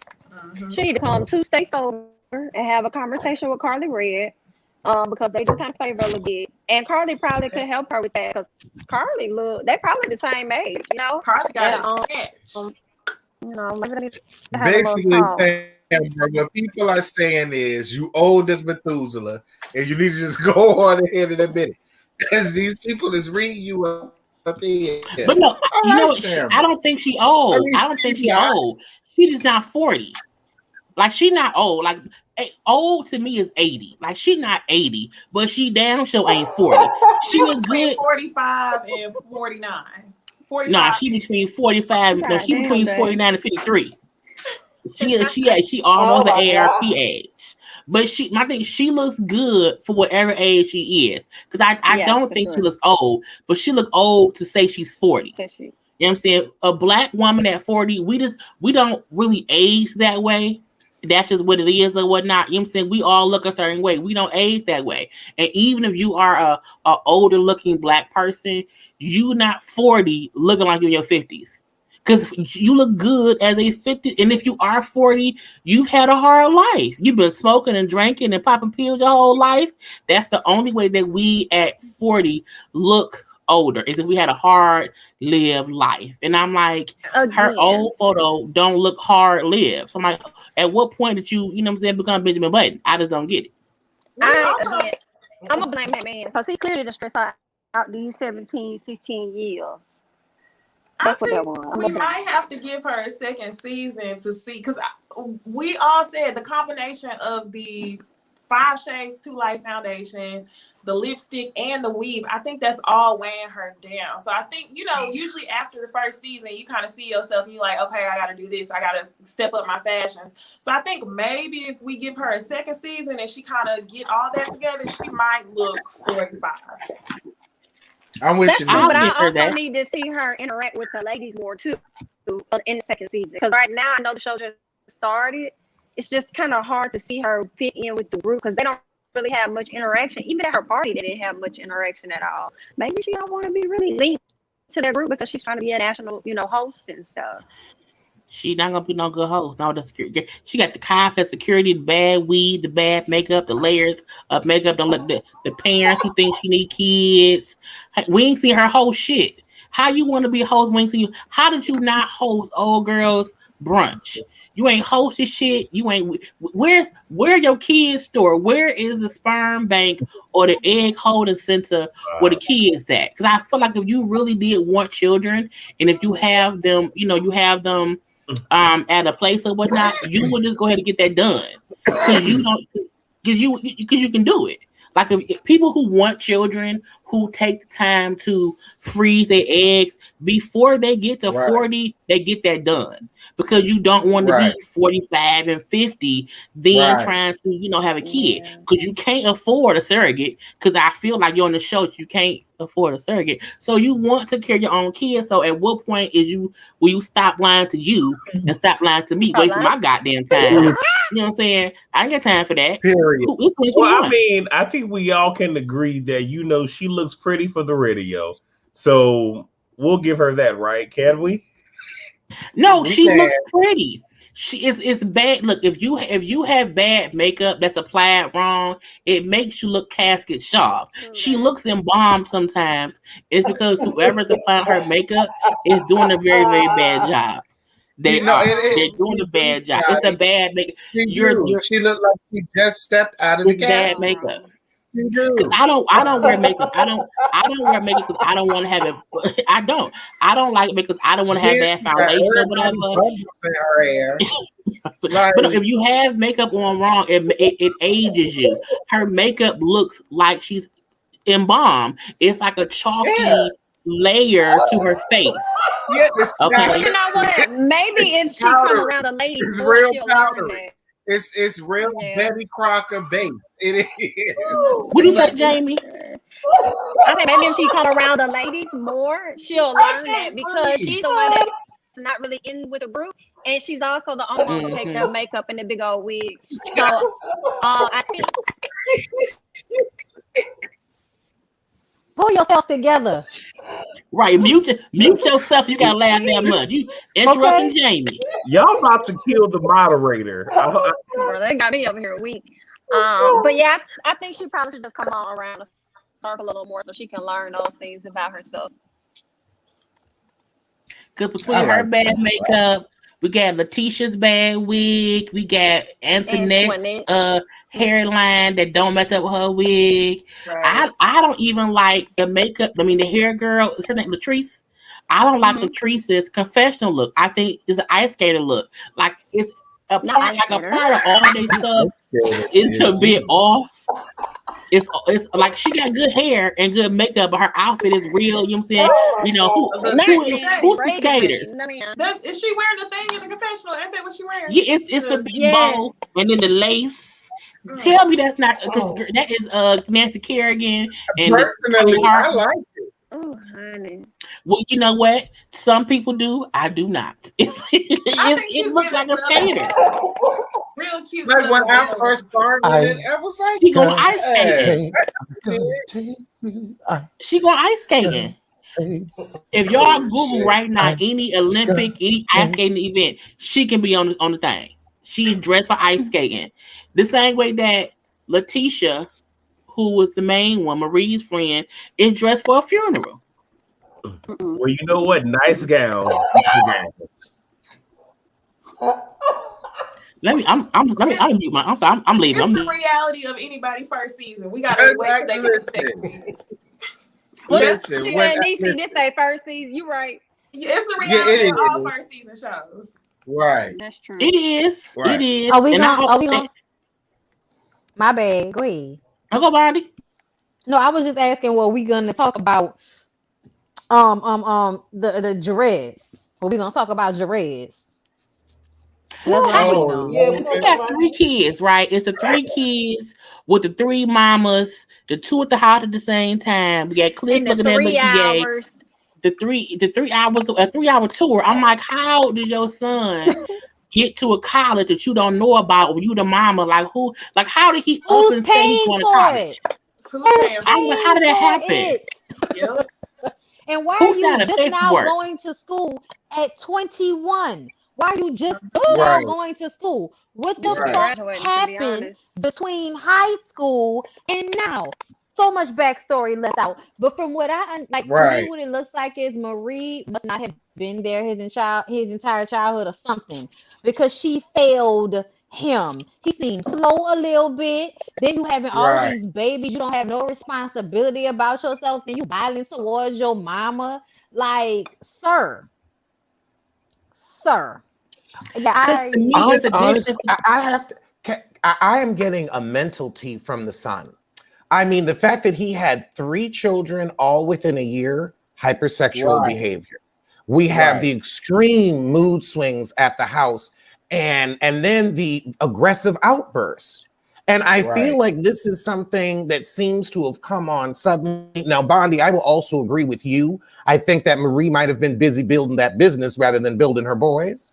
But I feel like this is more of a chemical imbalance with all of those things together. Because it's like I could see having 2 kids within a year, but 3 kids within a year, that's hypersexual. Not to mention, what I also didn't like was how Marie tried to put that off on Cliff. I mean, on whatever his name is. My whole thing is give yourself some credit, darling. Like you can't put all of that off on that man. Both of y'all failed somewhere in this young man's upbringing. Y'all did. And I think Marie's whole thing was she may have compensated for not being there with giving him everything. And she's now seeing that's why you can't do that. It's always better to me. That's what he needed. That was she gave him. Two condoms. I mean, because I think she can't blame consequences. Like seriously, where was the consequences? I mean, once you're pregnant, what you gonna do? Like you let him come back to the house, no apology. He just sits there, like, and everything is cool. So you still paying for his children? You still paying it? Like you ain't give him no consequences for none of his actions. Like I'm so fucking confused. None. But Marie seems to be a person who don't have consequences. She must not have been there like that, and she spoiled him. But no, Marie seemed like a person who don't have her own consequences. The way Marie acts how how she acts to me shows she don't give a fuck to certain degrees. I feel like so in that her son didn't give a fuck. He was out here just raw dog and whoever, bang, bang, bang, baby, baby, baby. And now I got 3 kids. My mama is okay with it because my thing is if my son had 3 kids in 1 year, my reaction would not be let me support the 3 kids and their mamas. To me, that means what he did had no consequence because she likes to just like, whatever happens, happens. He is a direct effect of her not giving a fuck. So the way she don't give a fuck and how her actions are, he then don't care either. So when they fuss and argue, there's 2 folk who don't give a fuck and they fuss it. That recording to me was chopped up to make it seem as if she was also nice and you know what you're doing. Oh, you're gonna leave? Well, get out. It's like I felt like something in there was missing to where why did he get so mad? Like at what point did what made him get to that point? Because when he came in there and sat and talked to her, you can see he can have a regular conversation. So what something triggered him to get that mad at her. I feel like his thing was you upset because I don't want to do what you want me to do, and now I have to get out. Right. Mama, why do that to me? You know I don't have nothing else besides you. I think she made it seem as if he kind of just flipped out, and then that was it. It's like, I think you did something. See, I don't think that it was like, he just flipped out. I don't think that. I think that he was upset with her because of the situation. But I also didn't, I never for a second thought that she was just like some innocent person that said nothing, did and he just spazzed on her. I never got that. But I did feel like I don't give a fuck what she said. That's your mama, and she doing way too much for you to run up on her like that. And to me, in my household, you run up on your parent like that, you may not live. Like you we get put done guns up. on kids. Like so, at the end of the day, I just feel like he was wrong for handling her, and obviously she's done something to cause this rift because anybody that did right by their kid, I'm sorry, but it wouldn't be all of this. It wouldn't be like the way he was. Irate. And Alex, you're right. It could definitely be like a situation where son is going through some type of chemical imbalance. But you come at me like that, you either go end up in jail or shot. So chill out. But can we just mention right quick? How is it that you paying all this stuff yet you don't know that he is currently sleeping and living with baby mama number 2? Like it's also, if she got all this money, if she got all this money, why are you not paying people to clean and cook and fold clothes instead of complaining about doing it? Bitch, if I had money, do you think I would clean my own house? Not even for a minute.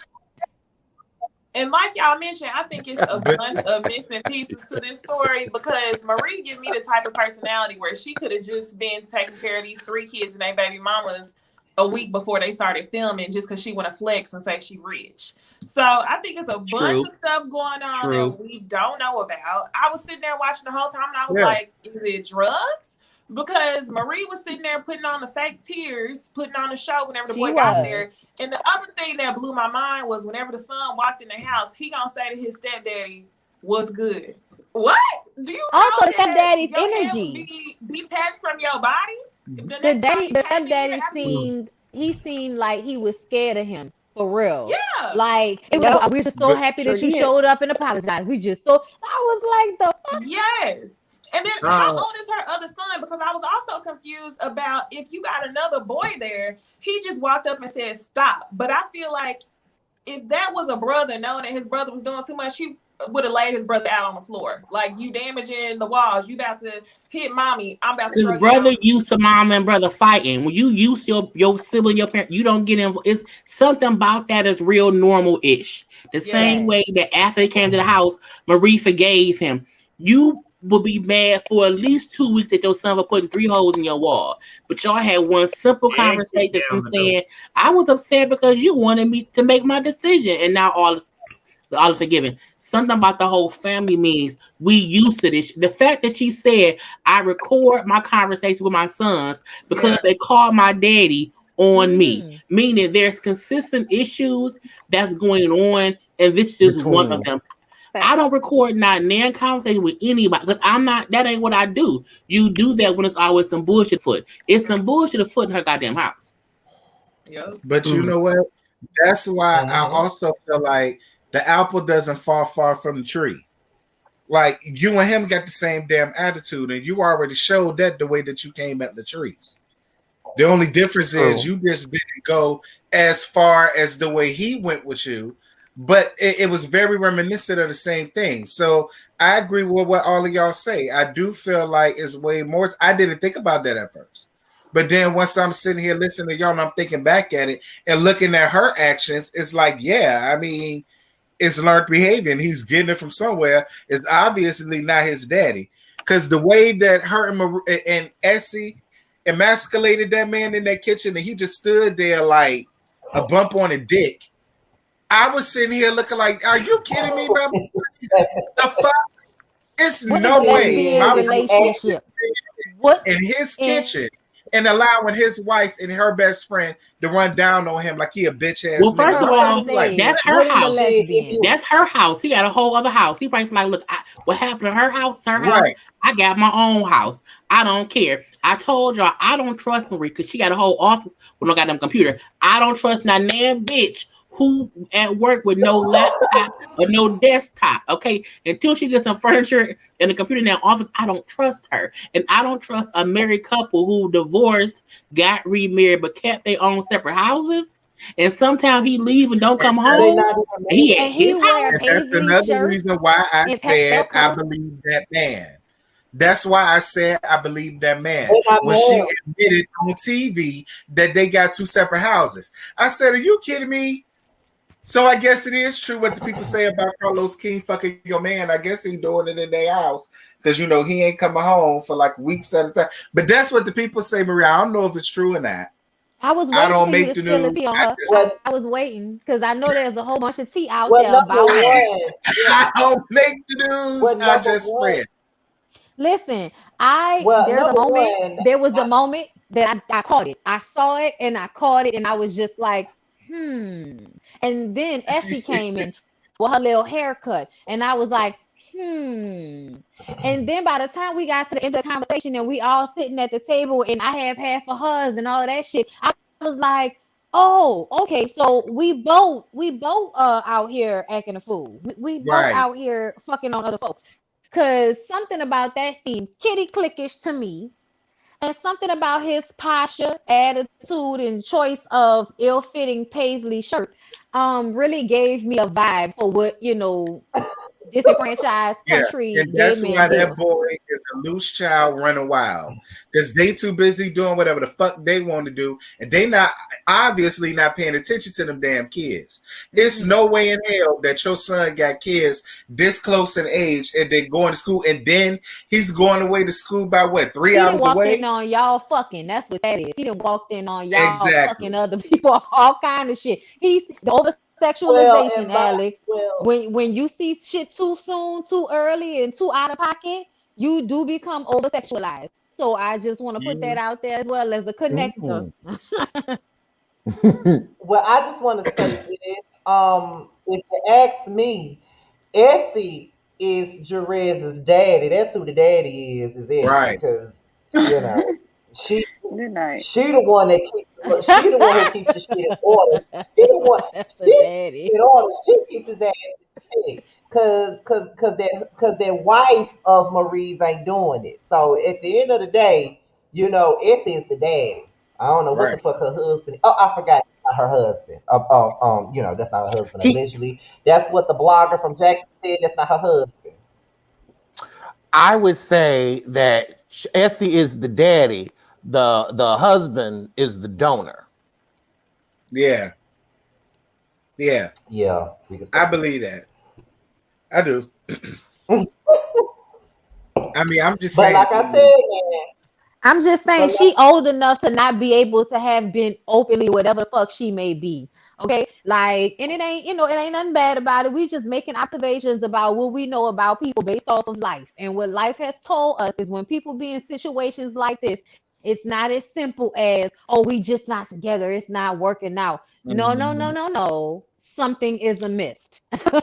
Like the whole dynamic was just like, wait a minute now, this doesn't seem regular. Right. But just She like said I her said, problem is my that problem. Her pussy is my pussy. man, Her titties is my titties. I know. You ain't had to tell us that, girl. Oh my God. but like I told y'all, that man allegedly said that allegedly that man is not her husband, and he put her divorce decree up there on his Facebook page. Damn. So yeah, like Marie ain't who She she coming say for their she neck. She is. said that though, right? Didn't she say that they got a divorce? She said that. Yeah, she did. She So said But they she's got saying divorced she's and they got married right remarried. now though. I think So that when did they they get are. remarried? Cause Oh, they Yeah, getting they got married? remarried. Yeah, that's what she said. Child. They got divorced and then they got remarried. And now they just, I don't know. They separated, obviously, because he got his own shit. let me see if I can Oh, find this divorce decree. Cause somebody at work showed it to me, child. Let me see if I can find this divorce decree, while child. you look for that, I'm nervous. I just got a notification that Tory Lanez went live, and it made me nervous. I'm like, oh my God. Like, We're as live everybody for else, what and why? Hey, exhausted. didn't he just get Exhausted. permission to talk about the whole I situation with knew he Meg? asked. I didn't know if they gave it to him or not, but I guess he gonna talk up. He on Instagram live right now, and I just kind of feel like, what else is there to say, my nigga? Like, geez, Louise, Right. let it go. We I think I tired. found it. Leave us alone.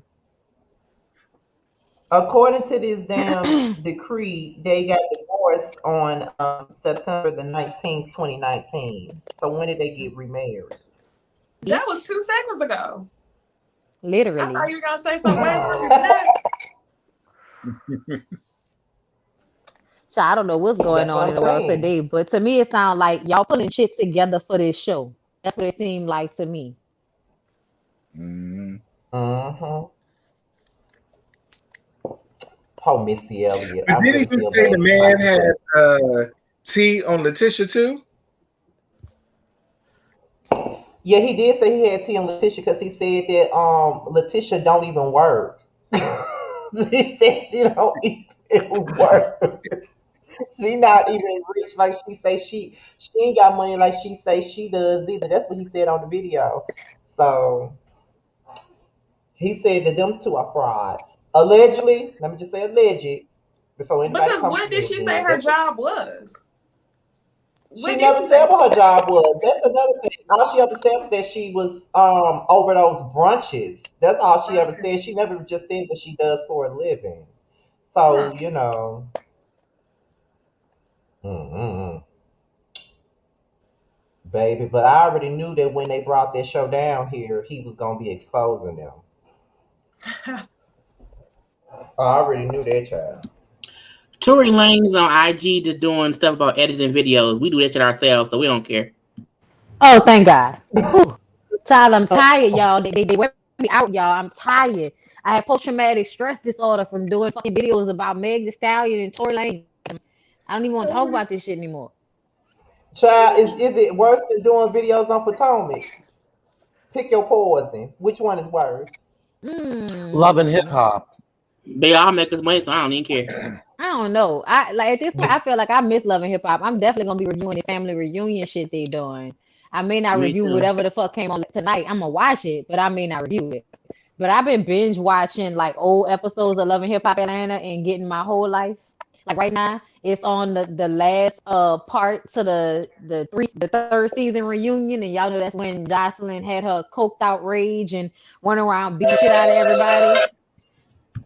So if y'all have that, y'all should definitely watch those. They do something for me, the old ones.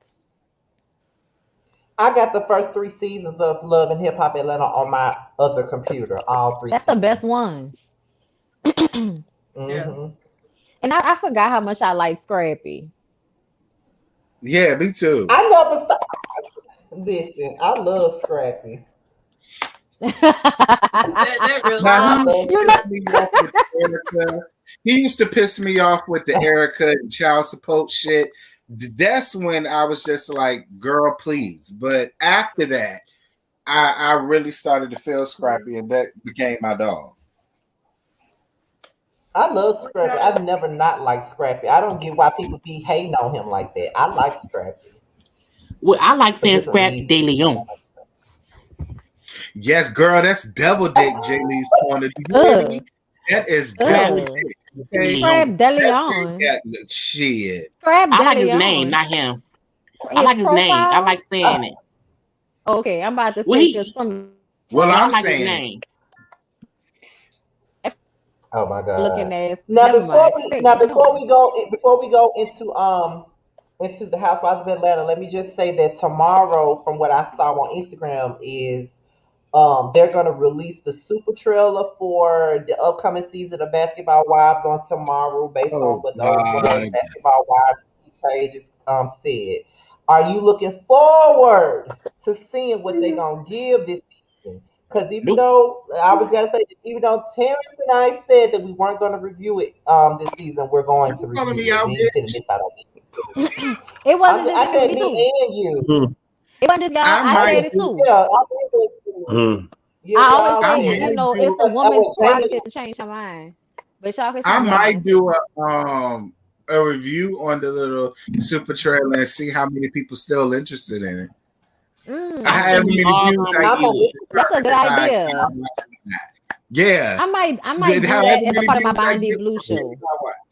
yeah. That's That's a how good I'm gonna do idea, it. Terrence. I think Yeah. people Because just I gonna ain't get gonna waste interested in my y'all's time if opinions. everybody is just gonna be like, I'm over the mohos. I don't care no more. I don't Right. care That's what about I'm the talking about trailer. right now, I just right? want the show to hurry to get here so I can sit here and read Evelyn Hosada every time I see it. That's all I want. I That's want my it. check. Run me my Right. exactly. money, run me my fade. Okay. Shout out to I After feel like I Rap. need to go back and watch the previous season because it's been so long. You should. I don't want to If go you back want to to the past infuriate because yourself. yeah, you're gonna get real bad. It's like I think everyone stopped was pissed because it ended horribly. It was Yeah. just bad and Don't do it that to pissed yourself. everybody off. It No. pissed Just everyone ask us. off. Yeah, what you know what Don't run happened? it. They was all some fuck. They was on some fuck shit. We don't like Evelyn. We don't like Shawnee. That's last season, and I think Yeah. Malaysia the little disappointed bit of us. preview. She's always a disappointment. The little bit of Right. preview that we've seen, it looks as if because they're gonna be in the same house. The reason I want to review because that's different. They can't Yes. escape. They can't Yes. leave and go They can't away and run. like not address shit. So that's the reason I feel as if this season looks like it's gonna be different because you can't. Evelyn can't run and go call Chad, you know, at home at her house. She can't go get her daughter. Like you No, can't go that through damn it through Eric. COVID. But Then they aren't got they the in two two new separate girls. houses though? No, they got That a damn big gay. mansion. Oh, okay, that's good. That's good. Yeah, they But all in look, a big Yo, mansion. I'm or did excited. that mansion look like the same mansion that Marriage Boot Camp was in? No, I think this was Mark Anthony's No, that's house. different. No, that's I different. think, yeah, I think this is Mark Anthony's house. Remember when they said that she was renting his house out? I think she was renting his house Yeah. out for the show. But what I was Oh, saying is they got two new girls on there and they're sisters. And I'm happy about that because that means that the two new girls that come in aren't going to be punked easily, hopefully, because they're coming with right. backup. So I'm excited to see what they bring. But for the most part, a bitch is just ready to see Jackie say something crazy to somebody, to tell you the truth. Yeah, me too. At And this most point, it's people don't about want to Jackie. watch And the show. listen, Yeah, I don't want to watch And it this either. I didn't even want to they review it, don't. but I need the money, so I'm gonna because review it. people Right, not going because we're gonna watch it and they Let's be watch real. us. So that's the good part about it. right. Aren't they in that house just for the cash trip? It's not gonna be like the whole season in the house, right? I think I it I think think might it is be the most of it whole will be in season the because possibly. it's house. hosted. Mm. I think the They Because only doing that's it person because that it's that's may not be hosted. there the whole time is Shawnee, because I believe Shawnee is also taping in Texas with her family. So I think it'll be like probably the beginning won't be, and then everybody will come into the house, and then that will probably last for more than just like a couple of episodes. So Mm. we'll see. They bring it back But it Shawnee's should full work. court life. Hmm? I would hope not. They bring it back Shawnee's full court life, BB. Ooh, I don't think so. Who's But I watching it? think Is the question. exactly. I don't know who will be watching that, but I also feel like who's watching don't be tardy for the party.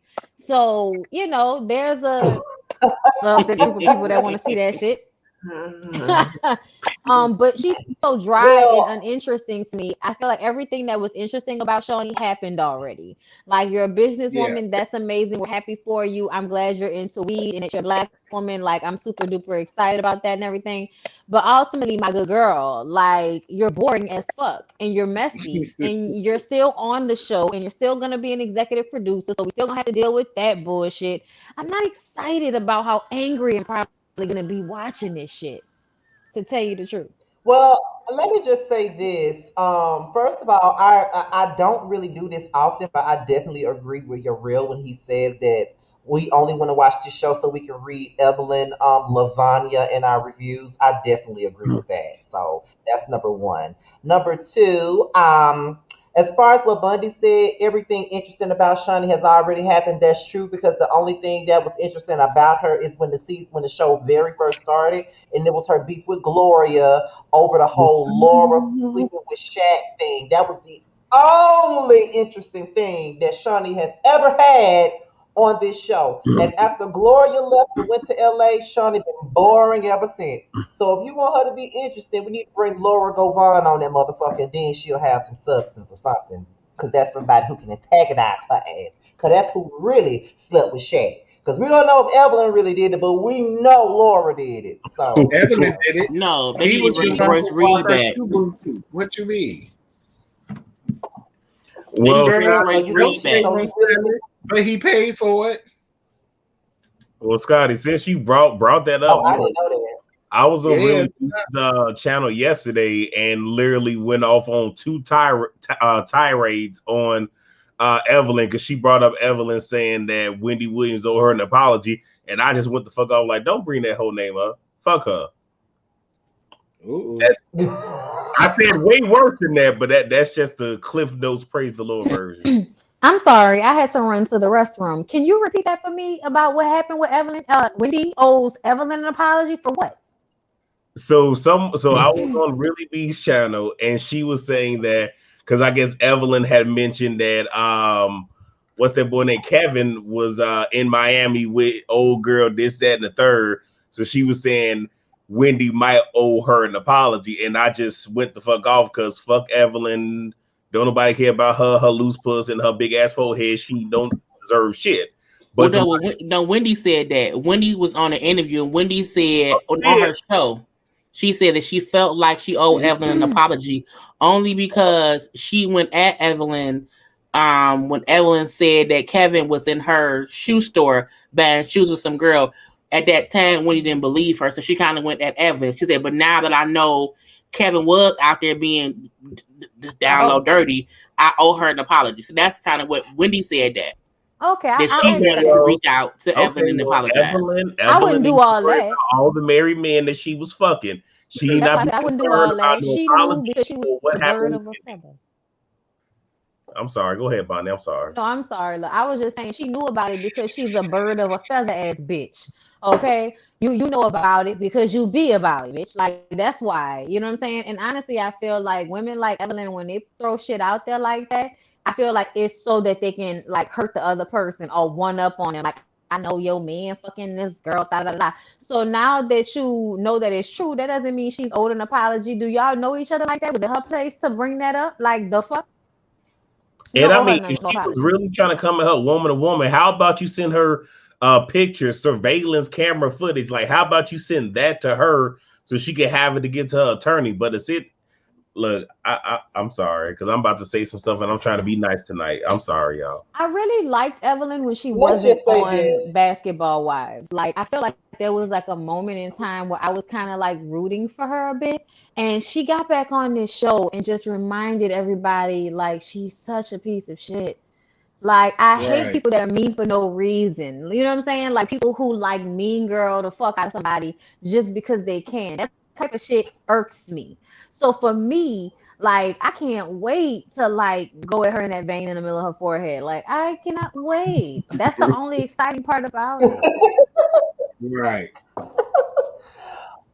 Well, I guess we can go ahead because since we got the basketball hoes, as much love for KY used to call them, the basketball hoes out the way. Um, we can go into the real Housewives of Atlanta. Okay, now we can go into them finally having their first good episode of the season. They deserve a round of applause for that. Their very first good episode. So we're gonna start this shit off with, first of all, let me just say this. I'm annoyed. Before we even get into it, I'm gonna tell you why I'm annoyed. Okay, I'm annoyed with Latoya because, well, I think we're all annoyed with her. But the reason being that I'm annoyed with her is because she's been taking out all this time, um, going in on Drew and her wigs when her eyebrows reminds me of the eagle from the Hollister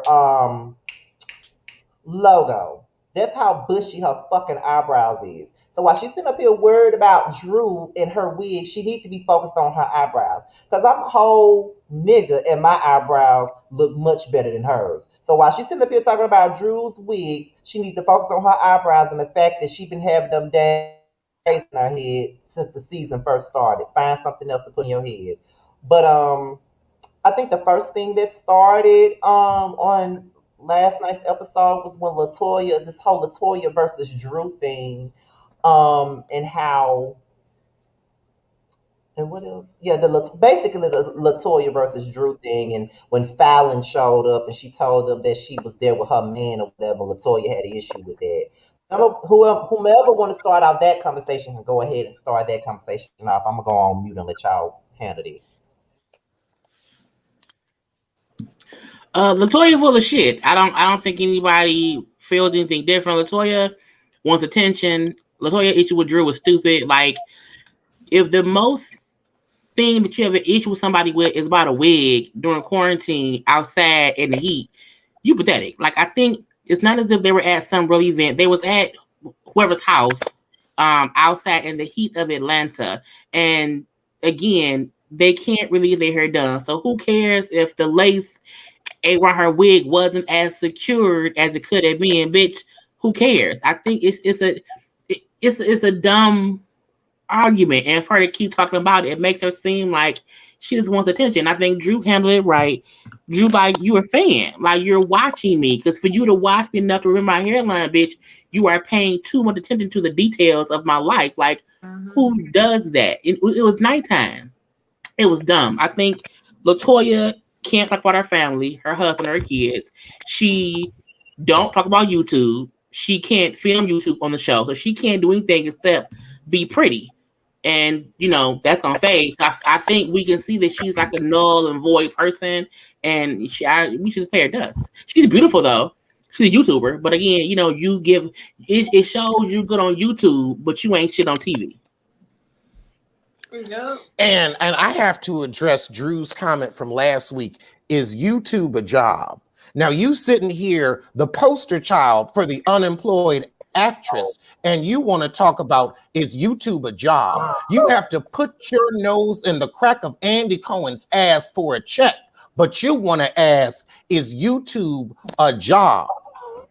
Now, when you can actually secure some roles, when you can actually get hired on a panel show, when you can actually teach an acting class, then we can talk about you making money off your art. But until such time, when you have to peddle your marriage for reality show nonsense, when you have to get out here and embarrass yourself and your children so that you can afford your mortgage, I don't think you need to ever, as long as God gives you breath, question my employment. Okay, bitch? Wait, can I play devil's advocate a little bit? Right, me too.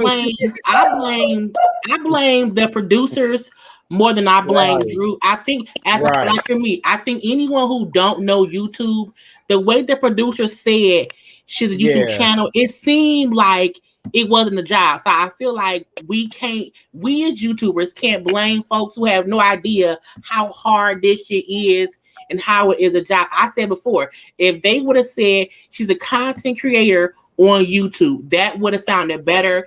But even me, someone saying, I got a channel, but bitch, do you make money? You know what I'm saying? I didn't even know who she was until she was on the show. So I don't blame Drew for that. I blame producers. I think producers said it in a way that was shady, that made Drew say, is that a job? Like, like because we know people on YouTube who don't make money, so that's not their job. So I think that producers tried to be shady to LaToya and saying she's a YouTube channel. That to me was shade. Drew saying, "Is that a job?" To me was great because it's like, bitch, so what? Is that her job? Do she get paid from it? Because I didn't know who she was. I still know she's. I mean, we know she's successful, but if you don't know her, you don't know that she's working on YouTube. Versus if she started a week ago and she ain't got no views and no subscribers. So I blame the producers on their bullshit. They try to shade us, not Drew. You're right. I just wanted to say that was directed towards her. I don't think that was directed towards every YouTuber. Right. It's like y'all was saying earlier about the slurs and whatnot, or call somebody a bitch. Like, I'm not calling everybody bitch. I'm just calling you. Right. So I think that's what that was. But okay. All right. Yeah, me too. It didn't make me feel no kind of way.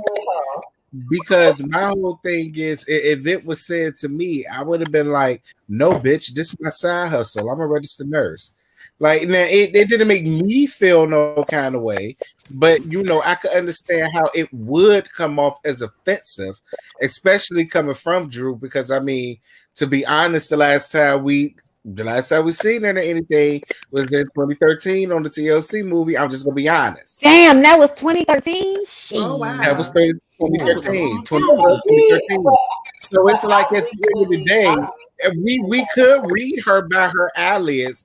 I'm just choosing not to because I really don't think she meant it that way. It was just I wasn't offended. Yeah, I thought it was funny, honestly. Like I kind of choked laughed a little bit when she said it because I was just kind of like, I know LaToya makes a lot of money. So it's funny for two reasons. It's funny because you don't know what the fuck you talking about, and it's also funny because you were shading her and I don't like her. Well, I'm gonna just say this. Go ahead, Scott. I'm gonna just say this. Alex read the fuck out of her. And very much so. Yes, he did. Absolutely. Period. Alex did what Alex do. He reads the bitch. Period. I was still waiting for the and check that, but okay. Now run and check that. Listen, I seen that shit today. I forgot what I was gonna say. That shit was hilarious. Okay. What keeps throwing me with Drew is that she keep bringing up Hollywood. Now, I didn't know it had been since 2013 since we seen her, but I'm like, this is not the 90s. Like, people don't talk about Hollywood the way they used to talk about Hollywood anymore. Like, you can be famous anywhere. So a job is a job. And then, what were you gonna say?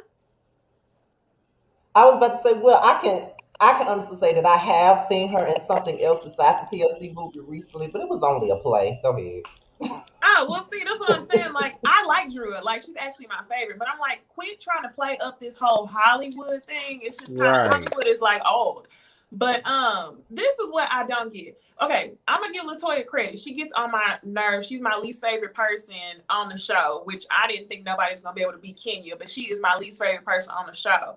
So I will agree with her whenever she says to Fallon, you could have made a best friend on this damn trip. And that's something I would have said to one of my friends, not something that I would have said to somebody who I don't even really know. So she was really overstepping her boundary. The next thing with the wig, I think she was absolutely reaching for Drew. And then my last thing is, why is it that Drew and all the ladies are not talking about what the real issue is? The issue is that she said, let's talk about your struggling husband. Everybody's just talking about her grabbing her. What is the comment about struggling husband? Because I want to know the tea, LaToya. What is it? Right. Because she is a YouTuber. So somebody could have sent her some shit because she on the show. Remember Drew said her and Ralph was going through stuff. So I think she meant that.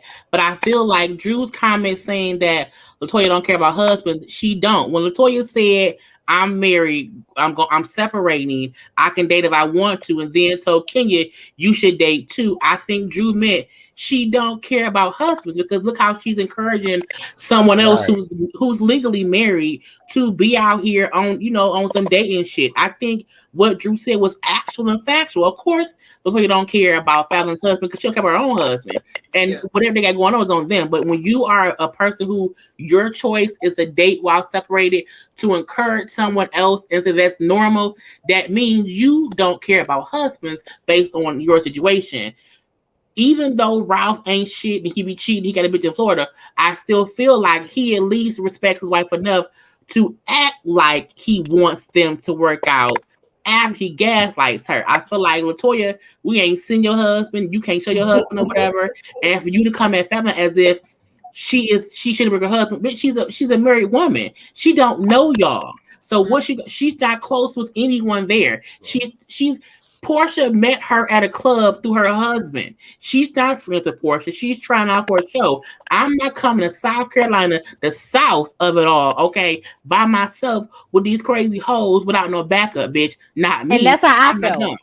I agree with that, Jaylee, for sure. I would have definitely brought Lyric. Like Lyric would have been there. We would have had a whole package deal. Because you're not about to like dictate where I sleep and all of that type of shit. Like I don't know you or trust you enough for that. But I do feel like I just feel like Latoya was drunk. Like, even though I didn't necessarily disagree with what she said, like Niecy said, it's something I would say to somebody who I have more of a relationship with. But she just was really drunk, you guys, like sloppy drunk. Like she was, kind of doing all this and all of that, wanting to touch. I think the reason why the touch thing went so hard is because she kept doing it. And it's like, stop. And she kept doing it. And then after she apologized, she asked if she can touch her hair, and we already know you've made comments about her wig, so it's just kind of like she just kept picking, and I think that Drew is not the one. I get a vibe, and then her name on this show, this episode, I was just kind of like, really, Drew? Really? Well, one thing I wanted to bring up lickety split with the whole Fallon thing, lickety split. I think there was some jealousy there because, I mean, if we really think about it, there's only a handful of the wives that I would say, if they wanted to, could pay for their own villa in coming down there. So the fact that she has her own villa with her husband while y'all all shacked up in this one place, I think that Latoya was just a tad bit jealous. That's just me, though. Yeah, for sure. Because let's be honest, Kennedy's rich with a husband, Fallon's rich with a husband. Tanya is rich with a good fiance. I think she's, she ain't hurting for no money. I think those three have stable relationships, stable finances, stable friendships or whatever. Like Cynthia, sometimes she got the money, whatever. Her and Mike brand new. I think Toya feels some kind of way because, again, the reason she came on the show to be this person with a husband and kids, that isn't who she is anymore. So she feels as if anyone who even had the glimpse of what that is, I need to make it about me. I think the fact that her and her husband going through separation and Drew and her husband are having issues but still together, I think she envies that. I think she envies the fact that Drew's husband still wants to try with her, and she over there by herself having to, play gay for Kenya. You know what I'm saying? That would make me mad too. I don't want to play gay for Kenya. And y'all are right. Who knows? Fallon might have been invited on some you should come, or if you want to come, girl type stuff. So yeah, that's a good point. Maybe that's why she decided to come with her husband. Cause why wasn't she on the bus? Because when Kenya first mentioned the trip and they said we should talk to Fallon about getting a plane, she has her own private plane. No one, when Fallon showed up, I was like, oh, I didn't know she was coming. I was surprised that she came or whatnot. I would have also, I'm a second thought. I'm going to get a second villa. I don't want to be here. Mm-hmm. Yeah, I definitely agree. I think that Latoya is just a mean girl, and what's really killing me about it is that when videos and when we're talking about it on social media, the first thing people saying is, "Well, she's making the show, so if we didn't have Latoya starting mess, then what would we have?" Oh my God!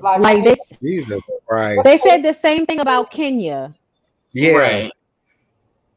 Yeah, like, who cares if she's keeping up the drama? Yeah, we needed the drama for the show, but she's an antagonist, so she's going to be drugged at the end of the day. Not even that. If she wasn't on the show, we would still watch. We not watching for her. We watching because it's the Housewives of Atlanta. Right. So whether we hate the cast or love the cast, we tune in because we like the show. It's boring sometimes. It was boring all 8 episodes, but guess we did. We kept watching. None of us stopped watching. So I think when anyone says one person makes the show, I'm like, one person does not make an ensemble show. It's the reason why the show has survived 13 years with a multitude of cast changes.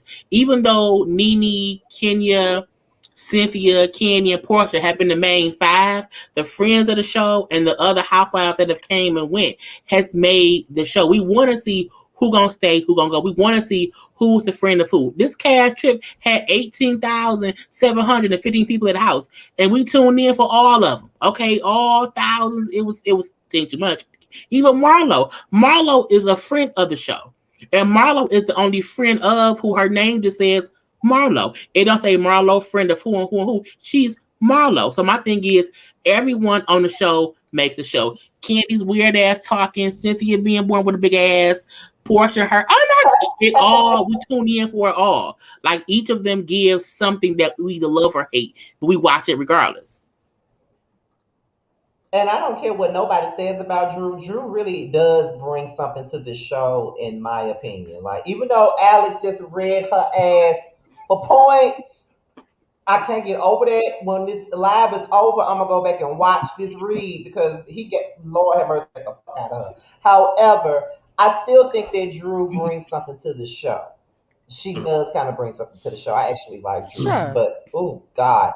Okay, but what people don't, and another thing is in regards to Latoya pulling on Drew's arm, for me it goes beyond her pulling on her arm. It's the fact that she was also being disrespectful when she grabbed her arm. Like, how you gonna grab a bitch arm and then say, let's talk about your struggling husband? Now, like I said in my review, girls that I know would have slapped the shit out of her for grabbing Right. their arm and then talking about Right. their man all at the same time. So Drew Right. got some good restraint because, baby, Right. you can't grab my arm but then talk about my man all at the same time. So Right. you gonna get your ass kicked. Like, you can't be touching on me then be talking about man, and you can't be doing it.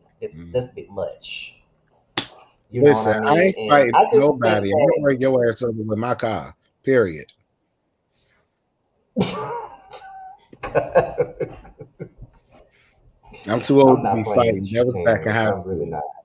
That's real shit.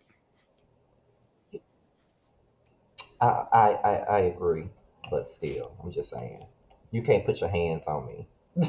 You cannot. What y'all got to say about this murder mystery shit that Kenya tried to make them girls do? Cause see, the way I feel about it is that these girls been on a sweaty, hot ass bus for 8 hours. They're not trying to solve no damn mystery once they get in that house. They want to get drunk and be whores. Something that I would want to do. I'm not trying to solve no murder mystery and crossword puzzles when I first get in the house. Like, no. Right. Yeah, nah, Kenya Right. The first definitely could have waited a day for Kenya that lame always ass shit.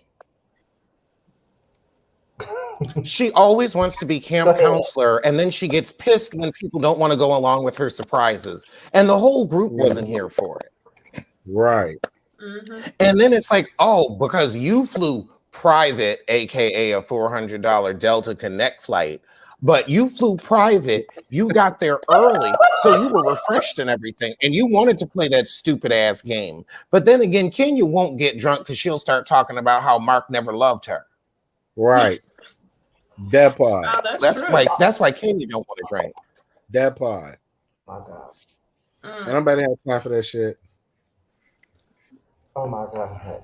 And honestly, like I said on my review, y'all know, I think the world knows that I don't fuck with Porsche at all. But I would have been just like Porsche, not paying attention to that murder mystery, steady taking shots, and I would have hopped over that couch too when I saw that lady fall her ass on the ground. I would have jumped over that damn couch Hey, too. you just know like what? you I did. make a lot of jokes about shit being Craigslist, but no, I was really serious this time. Those had to be Craigslist actors.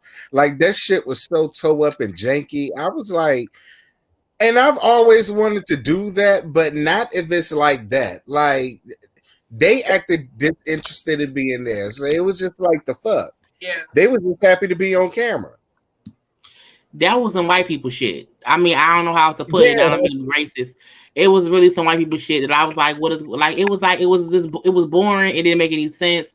It's like y'all sit up there talking and some girl come in, now she stabbed. It was poor execution. Why the white woman is looking from behind the door?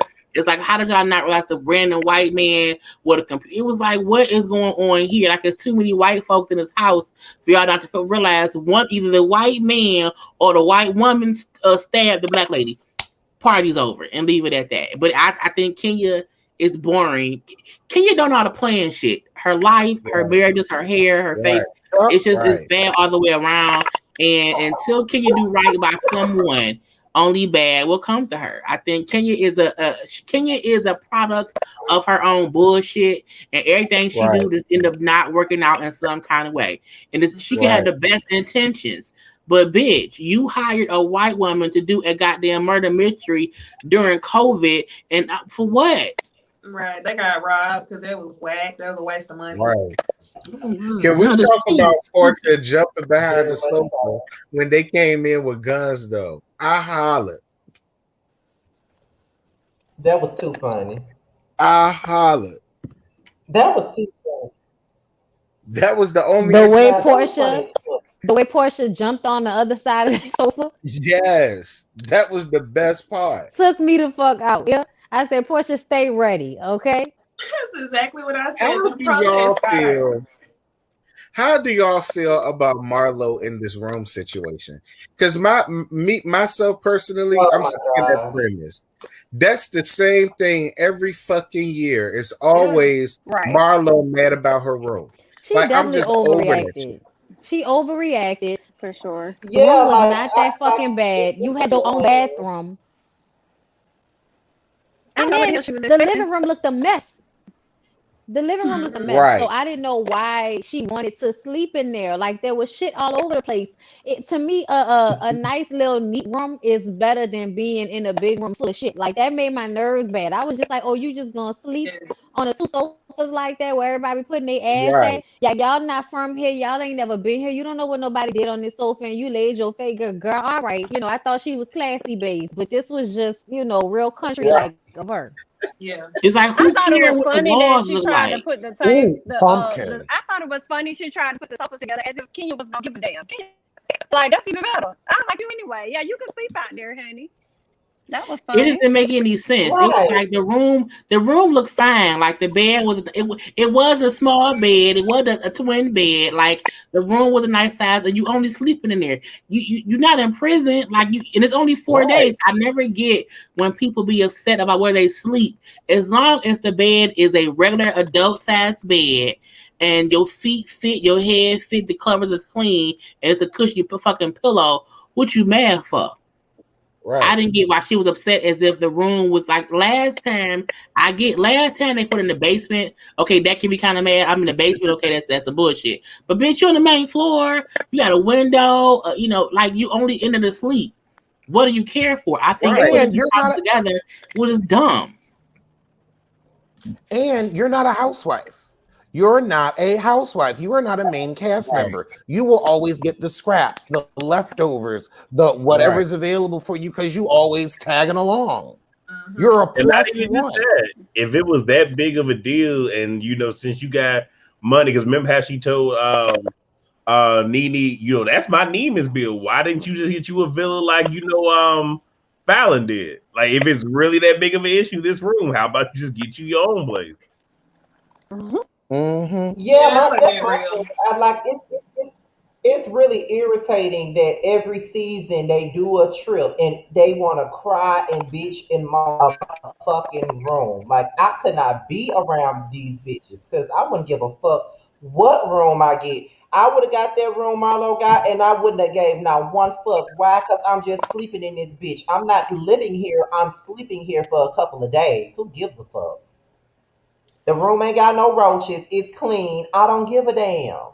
And who goes on vacation to be in the room all day any fucking way?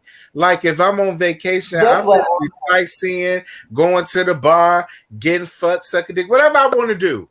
I'm not about to just be in a room all day to really give a damn that it's small, or I'm in a twin bed, or it's this, So we or not it's sucking and fucking in a room? So hurt. I mean, we nah, not gonna suck probably and fuck not. in a room.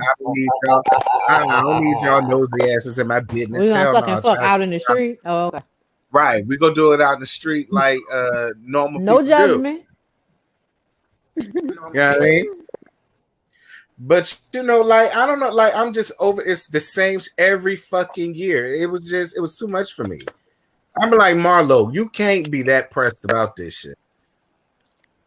Nah, and like Bondi said, her sleeping on that couch and having that living room look a mess had me like, I saw somebody on Twitter say that it was giving more of a summer camp vibe than girls trip, and I was like, you know what? That's exactly right. Because whenever I was in college and me and my friends would go check out Airbnbs, that's exactly what that shit looked like. When you have 20 people in a house that only sleeps 10, and people in the living room, and then this is also the first time, y'all, for me, that I feel like I seen them pouring liquor straight at the bottle. And I was like, damn, this seemed relative as fuck, because they seem regular like me. It should have been a way nicer trip. I was just like, nah. Well, you know, Kenya planned it. Broke ass Kenya planned it. She ain't got no damn. She put all the money on the private jet and the nanny, and her weed, and her food. She got no money. Just like she ain't let nobody know that she was ordering food and couldn't understand why people was upset.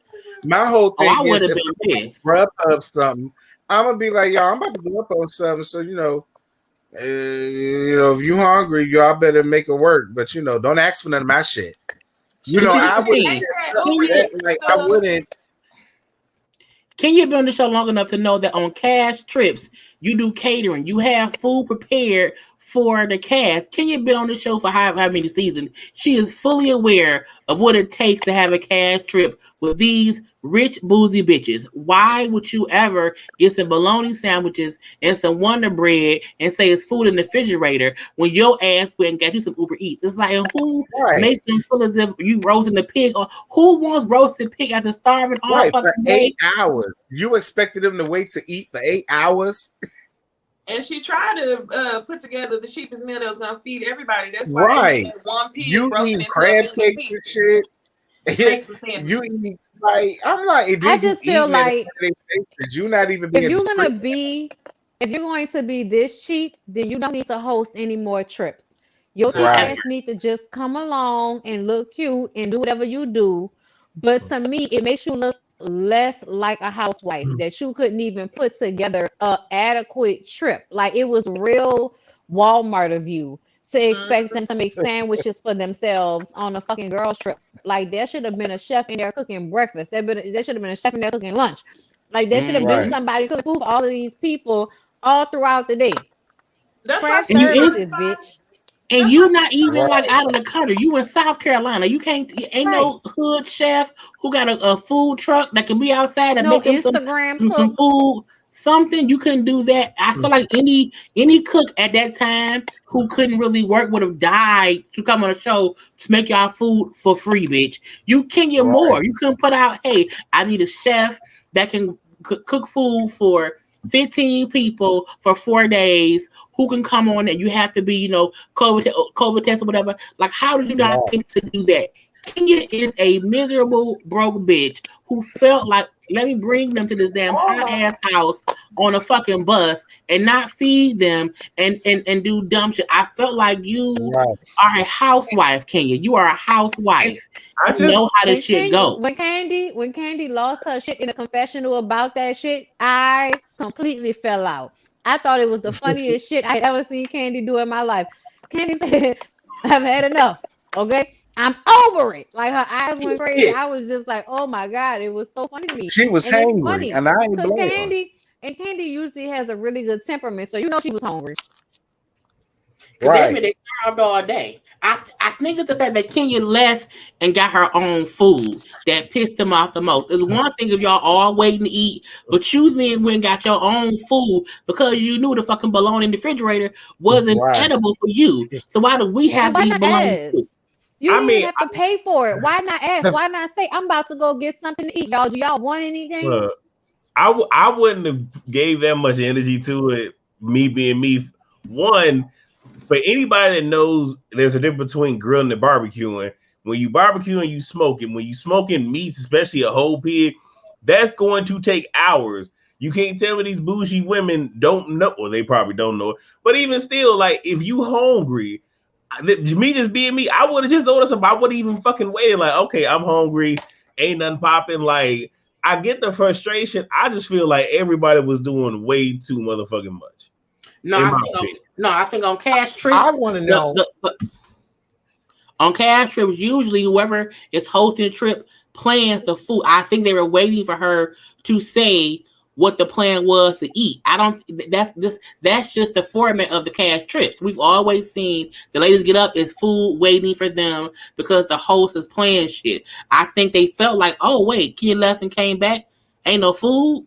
Like, I don't think they even realized the cooked pig was the only thing made for them that day. So I get them being confused about, oh, we have to get our own food. We've never done that before. So this is something new. But Kenya would do things to make a storyline, to make it be issues. Kenya made this an issue for the show so they can complain. Because it's the fucking cat. Every housewife show is the same premise. It's the same thing. Okay, they either have a chef or they go out to eat. They can't go out to eat. Have a chef. Other housewife shows, they have cooked for themselves when they've gone on trips like this. So it's not far-fetched for them to cook for themselves. It has happened. They can't cook the bologna. I think the issue was whatever was in the refrigerator, because Kenya kept saying, there's food in the fridge, there's food in the fridge, like she's somebody's mama. Like, you got McDonald's money? Yes, that's exactly what she was talking about. I mean, but like, I'll bring this up because Alex remember this when we all went to Vegas. I was the first one to actually get there, and rather than me just sit there and wait, granted, my flight got there first. What I do? I went to Wally World, grabbed some groceries, came back to the crib, and cooked a meal. So when everybody got there, there was a fresh home cooked meal for us all to eat, rather than having to order out. Like, you're a considerate human being. You're a considerate human being. Hello. Home cooked meal. And listen, I also feel like, where the fuck are we? I don't know where no grocery store at around here. And it's a pandemic, and we in a, off in the sticks somewhere. I know it was on the beach, but they probably didn't have no good DoorDash around that motherfucker. Okay. So I just kind of feel like at the end of the day, like the ordering, like she went and left and got that. So they probably didn't have good options for delivery because she left to go and get that food. I still feel like it would have been as simple as, I'm fitting to go and get something to eat. Do y'all bitches want anything? Give me your money. Like, that's it. That's it. Period. Because you are the host of the trip. If she wasn't the host of the trip, it wouldn't even matter. It would be nothing to talk about here if she wasn't the host.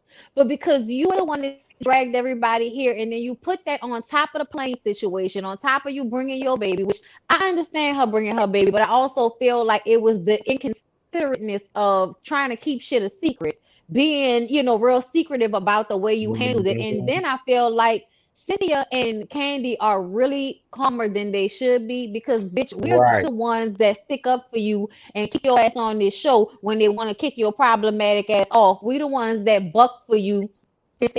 Kenya's a really good friend. Like, Candy goes up for Kenya. So the fact that she wasn't one of the people that was on the plane, I just kind of felt like, bitch, you trying to start something on this show because you ain't got nothing else going on. And Candy didn't even get a bedroom on the third floor, but LaToya did. She all out demoted Candy for LaToya. Girl, and Toya knew as hell. She's a friend of. I was surprised that Kenya did not go get food for LaToya as well. I don't think LaToya eat that much food. Okay, so do y'all want to talk about? I think that she really is a selfish person. Like, when you think about the way she's been raised in her life, she don't have to do nothing for nobody that's not her daughter, and it's been like that her entire life. She don't think about other people because she wasn't raised that. Go ahead, Uriel, my bad. You know what I said in my review? I said in my review that Kenya doesn't have a village because Kenya, for some reason in her life, Kenya has made it to where she has not allowed herself to have a village. For her to say, like, I have to do this because I don't have anyone, I really feel like that's her fault. Like, you're 50 years old. If you have not made friends to support you at 50, what does that say about you? Cynthia, everybody else on the show, even if they don't have a family, they have friends. Kenya has no one because of Kenya. I just wanted That's to bring real. up what y'all thought about Cynthia playing with Candy's legs like she's about to change her pamper or whatever. Like she was a little It was the toddler. best part of the whole episode. It was the best part of the whole fucking episode. I laughed so hard. Candy's legs were so short, and Cynthia was towering over her, and it's such a Leslie vibe. And I just was here for it from beginning to end. I laughed. The I was candy was like invested right in here, everything. right now. You sure? Okay. Candy's laugh didn't make it no better. Her laugh made it even funnier to me. Right. Like Candy's Candy laugh would have been all here funny. for the camera day. So funny. But okay, so how do y'all feel about what Shamia said as far as the aunties versus the nieces? I mean, What do y'all it's think of kind of that? sort of true. It's kind of Yeah. sort of true for sure. Yeah, I ain't never heard Yeah. anything more accurate. I just couldn't put words to it. I felt like we kept talking about like phasing in, phasing out. But it's funny that they see it too, and they just rebranded it as aunties versus the nieces. But what was funny about the nieces part is that they consider Marlo a niece, and she is pretty much an auntie her She's an damn uncle. Please. Bitch, Marlo is Marlo an is a uncle. great aunt. Marlo Right. is a great MasterCard is aunt, an bitch. uncle job. Mm-mm. An uncle. Mm-mm. I Alex think said she an uncle. I think Marlo was MasterCard is more with the bullshit than Candy and Cynthia. Like Marlo would get involved in the antics with the youngins. Candy and Cynthia Immature. might, but at the same time, yeah, Candy and Cynthia and even Kenya gonna kind of sit back and like, okay, let them do that. Like they'll laugh about it, but they may not actually like, participate in it. But they all, Yeah. same if you ask me. Yeah. I thought it was funny. It's basically like a modern day Towels versus the Smalls kind of situation to me. That's what it looks like to me. It was funny, and it's just like Bundy said. It's very accurate. It is the aunties and the nieces. That's pretty much what it is. Because Candy and Cynthia and Kenya, they do kind of look down on what the fuck Porsche and them be doing when Yeah. they start acting a damn fool. They do come with that auntie shit, trying to stop their nieces from fighting. I can see that. We They're like, had to break Candy up a gave. fight. We had to break up a fight. Like, what? Like, Candy was killing me with that shit. Like, bitch, I had to break up a fight. Let me say that again for you. I'm talking about some aunties. And then she came out there later on in her little onesie. And on Speak On Me, she was like, I was not in that good of a shape. But I was like, Candy, bitch, what are you talking about? You look fantastic. I was lost. But whatever. But I also Oh, want to point shade. out too, since Shade you in brought the up that Speak silence. On It, because but I also want to bring up, since you brought up the Speak On It, because I watched it today as well. She also said that Latoya doesn't care for Fallon, and I think that's who Fallon goes off on at that Halloween party that's slated to come up in the future episodes. So Toya told Fallon she looked like she I date was, old men, so I think we've known that Toya was on some bullshit with Fallon since she saw Fallon. Toya is jealous of people the same way Kenya is. She looked for flaws in them and she tried to attack it. To meet someone and then say you look like you date older men for money makes me feel as if, bitch, I don't like you. Because how is that your first assessment of me? But based on the fact that I just happen to be pretty and you know what I'm saying? Like, Bitch, you called me a hoe. Fuck you. yeah, like what the fuck? okay. What's next? What was next up on this episode? Okay, now what about Marlo? She was crying to Candy about her relationship with Kenya and why Kenya don't like her. I feel like that was some bullshit because Marlo needs to own her shit. Real talk. I know that we don't like Kenya and all this other stuff, but Marlo really does need to own her shit because she is the reason why her and Kenya aren't friends anymore. She's the one who made it her business to antagonize Kenya. She's the one who went below the belt and started talking about how her mama don't want to be bothered with her, knowing the history between Kenya and her mother. She decided to do that. When Nene came back to the show, she decided to attack Kenya every which way. So if her and Kenya ain't friends, it's because of her. It ain't got nothing to do with Kenya. It's mainly Marlo. Marlo needs to stop You know, acting like she don't know why. I think Marlo's point was me and her have done shit over the years to each Right. other. I don't think Marlo's point was what has Kenya done to make us be better. Her point was Right. me and her have been going back and forth. Why are we still acting as if we hate each other when it's not that deep? Both Marlo and Kenya have went at each other over the Right. seasons, back and forth, back and forth. To me, Marlo was in her own way trying to accept her part of it and still say, what can we do to fix it? When she then went to the table and tried to talk to Kenya, in my opinion, she was being sincere. Kenya's Right. rebuttal is what made her flip quick and say, all right, Kenya on some bullshit. I'm going to meet that energy. I think Kenya bringing up how Marlo says stuff about her ass to me is petty. If I'm saying like we've both hurt each other, how can we move forward? For you to then say, but you said that means you want to be on that bullshit. So okay, we'll stay there. Marlo was trying to say, let's get past that bullshit. Let's not go back and forth.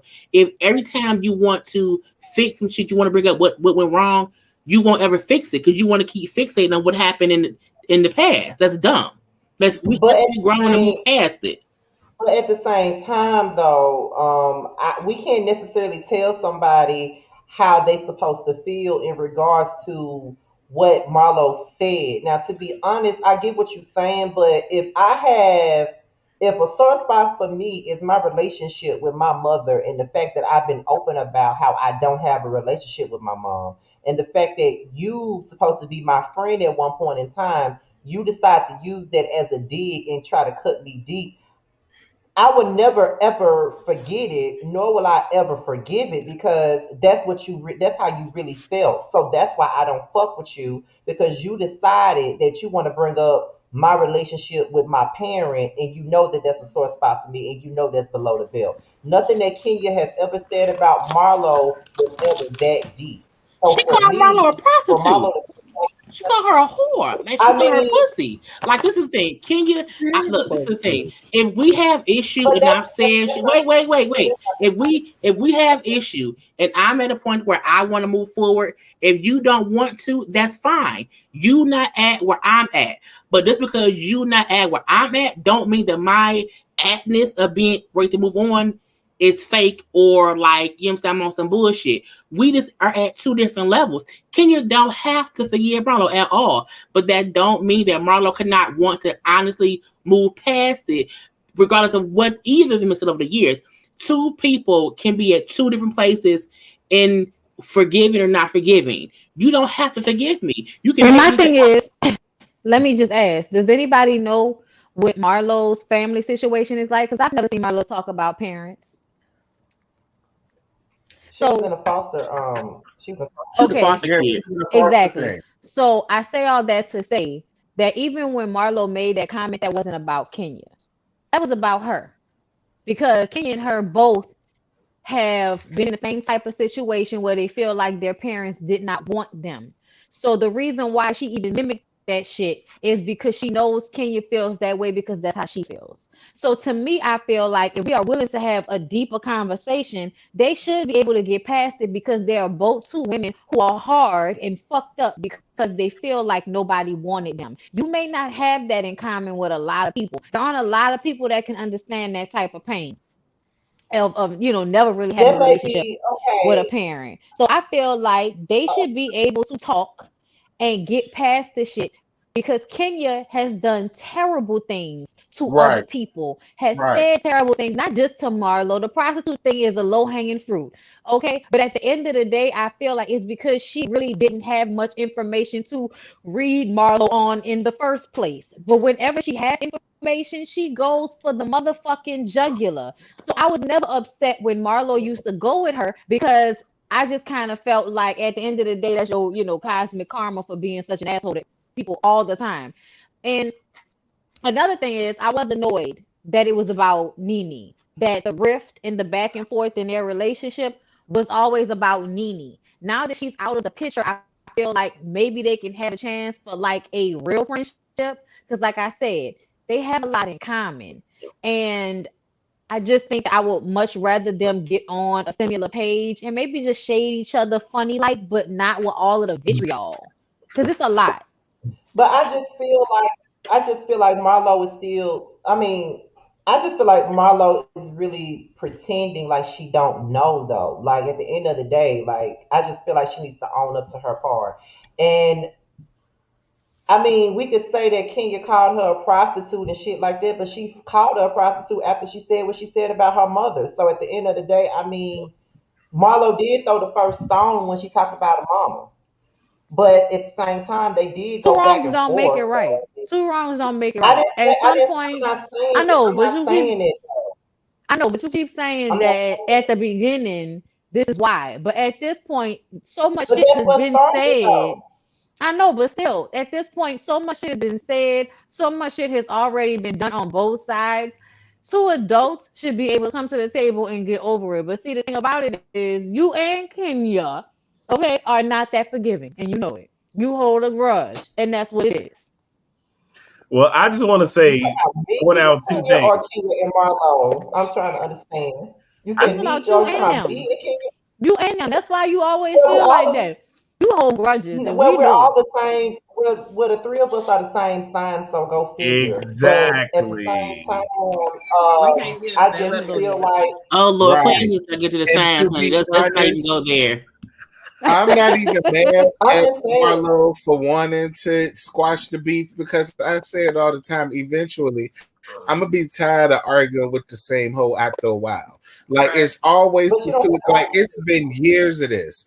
And I figured eventually one of them would be like, "Yo, I'm just sick of it. Like, can we, do something?" Like I felt like Kenya could have had the conversation. Kenya is just being Kenya.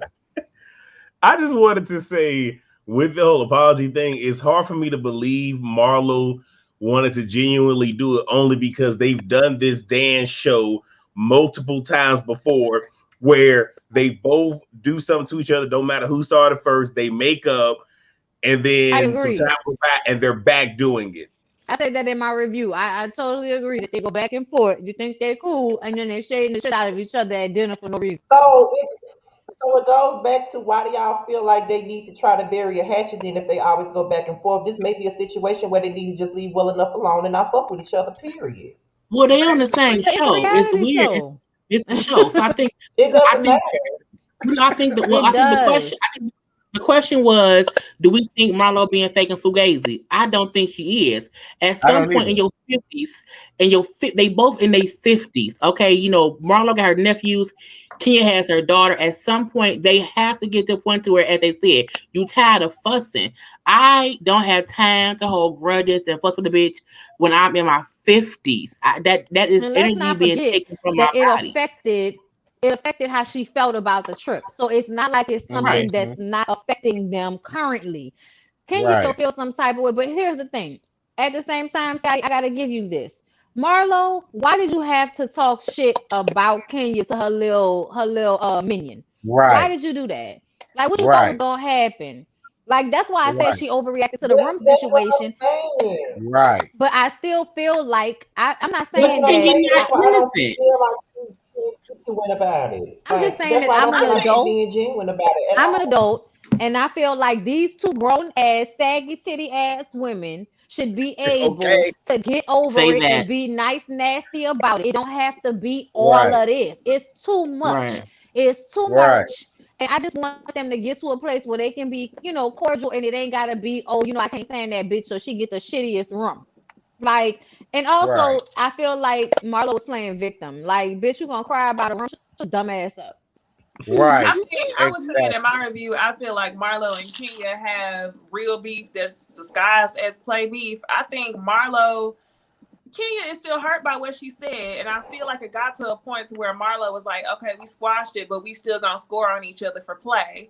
and it's still real on Kenya's end, which is why Marlo is confused because she like, okay, we talk shit about each other all the time, but like for real, you really don't fuck with me. That right there is it. That right there. Yeah, and Kenya's never gonna say that she was actually hurt, so it's just gonna be a running circle. And Marlo's confused because she's like, okay, I thought we was cool. Kenya's hurt, and then I also think that Marlo was. I think she was genuinely trying to be helpful by telling Latoya that Kenya was messy, because if she wanted an opportunity to play on Kenya, she would have said it in front of the group. But I also feel like she didn't say anything crazy. She gave a simple suggestion. Don't trust her too much with the information. That's Kenya uses shit against people when she gets mad. Even though it was shady of Marlo to say it, what she said was really some innocent, suggestive things to the new girl who was being buddy with Kenya real quick. Don't trust her with all your tea, because if she gets pissed at you, she will use it against you, how she did Tanya last season with the cookie girl. That's what I was gonna say. Oh yeah, that reminded me about that.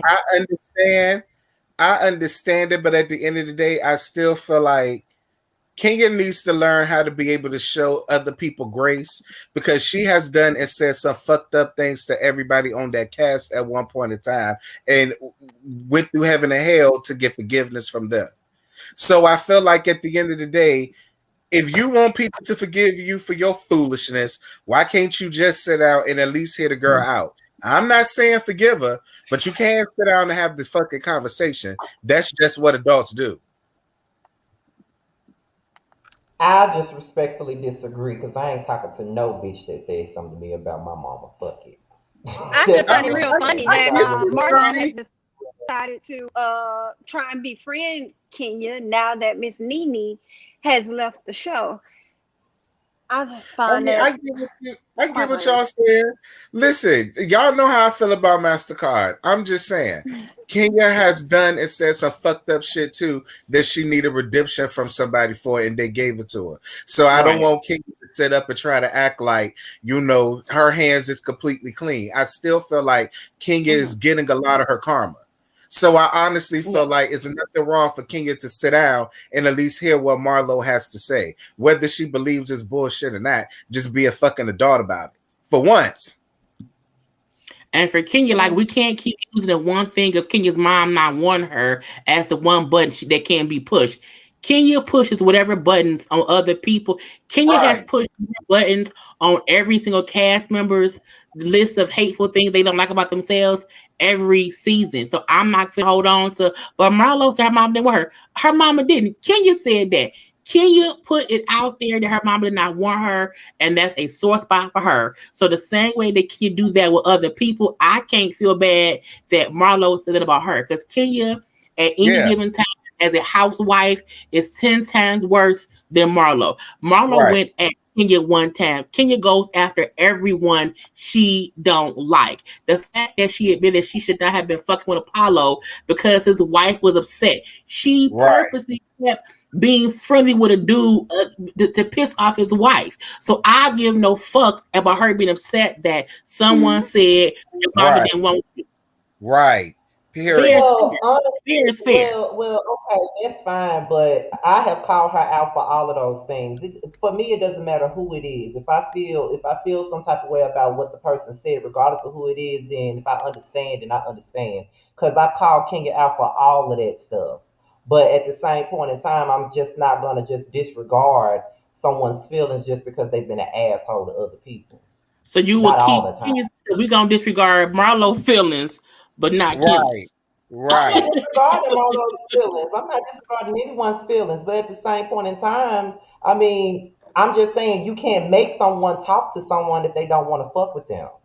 That's just what it is. I mean, I get that we're supposed to be grown ups and we're supposed to do this, but if a person don't want to fucking talk to you, then you can't make them talk to you. And if they're not I'm ready kind of to with talk to Scotty you, on this one. I'm with Scotty on this. Like, if I've confided in you as a friend and you turn around and you throw some shit in my face, yeah, I fuck with you when I feel like fucking with you. And if you come on a trip that I ain't really want you on, I just allowed you to come on, then bitch, I'm gonna choose the room I want you to be in, and you should be happy about that. It is what it is. So I'm definitely with Scotty on this shit. Like, I'm sorry. And then I you really disagree. I you disagree, went but I'm even glad you harder said when you was with something. Nene. Because I was like, You what went happened even. to Yeah. Nene? Oh, I'm sorry. Yeah, you went even harder on me when you got with Nene, and then now Nene ain't around, and you want to try and come back in the circle? No, bitch.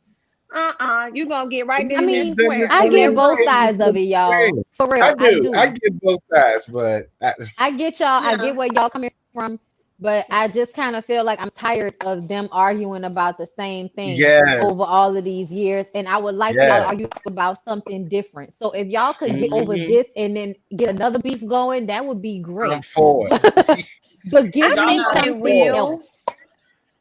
I think they will, considering the fact that we have seen photos surface between the two of them being together. So I think we may get the opportunity to see them actually have that sit down conversation and move forward.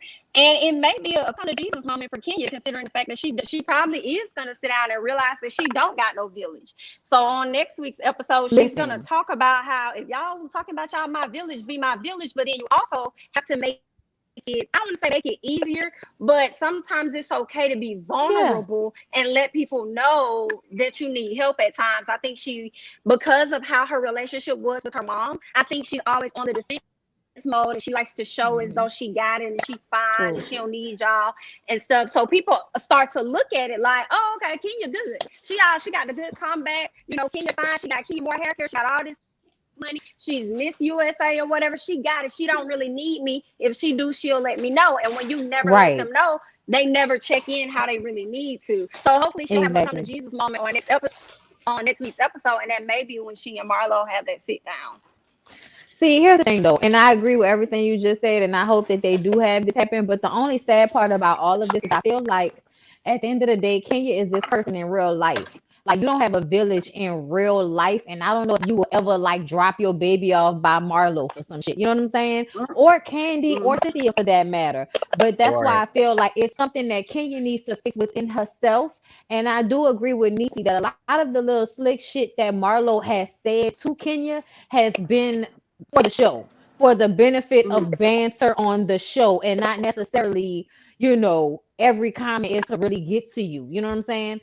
But Yeah. like I said, I don't feel that bad for Kenya in this situation because I feel like Kenya has said so many terrible things to people over the Yes. years to the point that I can't even really think about anything. But I know my overall feelings toward her are the culmination of the shit I've seen her say and do. And Yeah. including the shit with Phaedra, including the shit with Kim Right. Fields, you know what I'm Right. saying? Like it's just been so much stuff that I don't have it in me to feel like, oh, poor Kenya, yeah, Right. fuck them. No, I don't have that in me. Bitch, you an asshole too. Let's get a scene out of this shit. Make up and shut the fuck up. Yep. Yeah. Period. That's how I feel. Period. Kenya is no angel, and I'm not gonna sit here and try to. I always say it all the time. Kenya is getting her karma. Point blank. Period. People get mad at me in my comments when I say it, but I don't give a damn. It's the truth. Nah, it is definitely true. She's definitely she been getting her karma since she decided to meet this man for 4 months, go and get married, and not tell nobody on Real Housewives. Ever since she got with this man, she's been getting her karma back to back. I will say that. But why is it that just because a person feels for someone doesn't mean that they thinking they're an angel? Because I don't think Kenya is an angel at all. Yeah, But maybe I don't. to each his own. No, You're you're right. just really good at separating, I guess, because I don't know. I always got to think about the logic behind it, or like what somebody did first, and then how I feel. You're doing what you should do, which is I give mean, her grace. because that's all I'm doing. That's it. Because if I can give it to Portia, and I can't stand her, I can also give it to Kenya. Like it is what it is. Like but But like I Marlo was said, to each wrong. his own. Marlo was wrong for telling that lady, girl, I just said that your butt was fake and I talked about your skin. I screamed. I fell out. Yes. Because this be little stuff that she may say around her friends or whatever, but she literally said this to her face, like right here in front of She everybody. Girl, did. I Like talked it about wasn't that fake nothing. ass butt. And debated with her about if she said my butt's not fake. She said, okay, but you had injections. Like, no, Girl. let's get to the real. Right. Like, and she was like, I haven't had anything. She was like, whatever it is, it's not yours. I was like, whoa. And then I heard that Porsche was talking about it too. Porsche was on like Watch What Happens, live or whatever the fuck, and she was talking about it too. Portia said Kenya ass is fake. She said everybody know that Kenya had her ass done in one way or the other. And she said out her mouth with a smile on her face. She Kenya's did. ass is not the same ass it was back in the day. We can It's At not. all. Really, And at we all. Kenya seen you, bitch. We has saw it. you. You was Mrs. Bozak. Yeah, We saw your yeah. ass. That's not Like, And Kenya it's not Rose. and it's not even things where she had a baby. Like her body did change, but her ass changed more than everything else. It's stiff. It's she got it's cement. Okay, it's fixed flat. for It's sure. sugar water. It's something that stiffens when it gets wet. I don't know what, but it's not real. Ain't it the Definitely crazy not world we real. live in when you can look at butts and tell if they had got their butt done in the early stages when it was first trending versus like a new 2020 butt? Mm-hmm. Ain't that a crazy world we live in? Because Kenya Girl. really is giving me that she got the butt surgery done. She was an early innovator when it came to it. Good night. I think so. Her and Salt, her and Pepper from Salt and Pepper, because Pepper done went and tore her damn ass up. I don't know what she. They Yes. probably went to the same doctor. I'm not sure, but it's terrible. It's terrible. They definitely Pepper were should at have the top left. stages. Pepper should have left everything alone. Like she Everything. looks like an ant in the face. Like what Yes, happened to your nose? Like it was like it yes, disappeared off her I'm face. not an ant. And then I feel yes. like her teeth not real in her mouth because her mouth don't rest right. It's a lot wrong with Pepper that she could have just left alone. Because old pictures of Pepper from like the late 90s, she looks beautiful. Like her facial features were actually Mhm. like quite striking to me. So I just kind of feel like I don't know why people go and get surgery and ugly themselves up, especially when you already getting older, bitch. You are not regenerating cells like that for At you to all. be out here going to get these types of surgeries. And I've always said, I don't care what anybody says, ass surgery is not like getting a boob job. Nobody is It's laying or not. falling on their titties all day. Like, Nope. Right. you look a mess.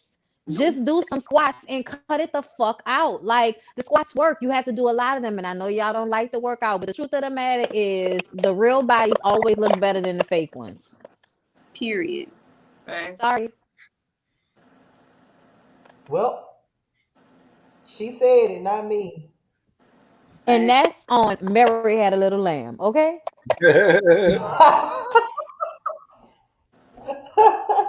Okay. I think the next thing is because I think we've been all around the world with this. Shamia and Portia talking about whether or not Portia and Dennis have been communicating. Do we really give a fuck if they're No, communicating I'm or over not? it. I'm Next. over it. Yeah, we don't I'm have to over comment it. on I'm that. over it. Okay, so I guess we can go to the end because we already talked about the crab cake and Marlo talking to Candy about her situation with Candy. We can go to the dinner at the end where Latoya calls herself apologizing to Drew, and Drew comes back with a picture and an autograph. I That was was sitting the there best like, part. you're doing amazing, Listen, sweetie. Drew gave me a roadmap on how to read a bitch nice nasty. Because basically what she said was, here you bum bitch, use a stand. So here you go. I'm gonna gift you an autograph. Thank you. Mm-hmm. And I lived for it. I loved it all. I know I did. Like I What was think it? I really, think What it'll go was it? down in history. I think it'll go down in history of one of the like best nice nasty response to some bullshit ever. Because I think Latoya was trying way too hard He to come at was. Drew. I mean, she was doing the absolute most, like making comments. Yeah. Like even when Drew got up from the table, she's like, "What is she wearing? Like, bitch, you can't even help yourself, can you? You just gotta keep talking shit about this lady." Obsessed. The facts. And everybody at the table started clapping. Child. Yes. Shoot, I was Scream. clapping at home. I was like, yes, Drew, go ahead. Yes. Latoya was looking so dumb. She had to pick up her damn chin off the ground. She was She looking What did. what made her look stupid is she accepted the picture. Yeah. That's what Right. made it all the more funny. Where it's just like you so dumb. Because I ain't gonna lie.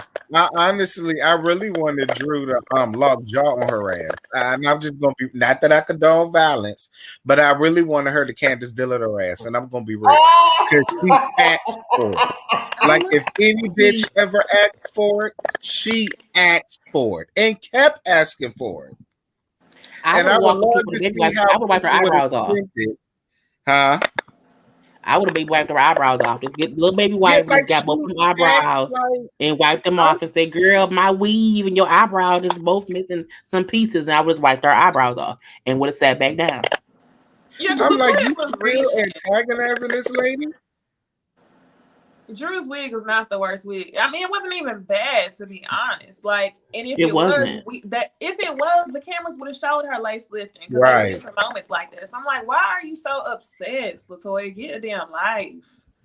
And that's the first time she met her. She So I'm don't looking have like, a why you life. acting as if the wig was like a big issue? And we've had bad wigs before on the show, so it's not as if no one has ever had a bad wig on the show. Like we've seen Nene bad 8 out the back wig. We've seen Porsche with some bad wigs before. We've seen all of them Right. have not Cynthia. Cynthia used to have really bad wigs in the beginning. So like, I'm wondering. and that they had money. It's a pandemic and she knew. So like, give her a break.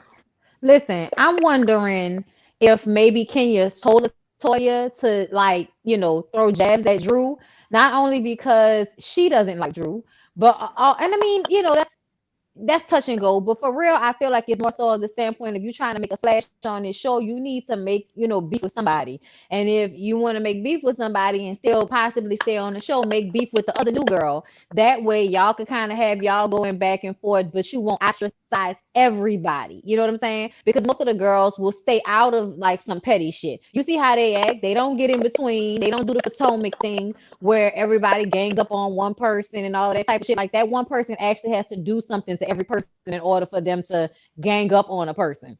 Like Kim.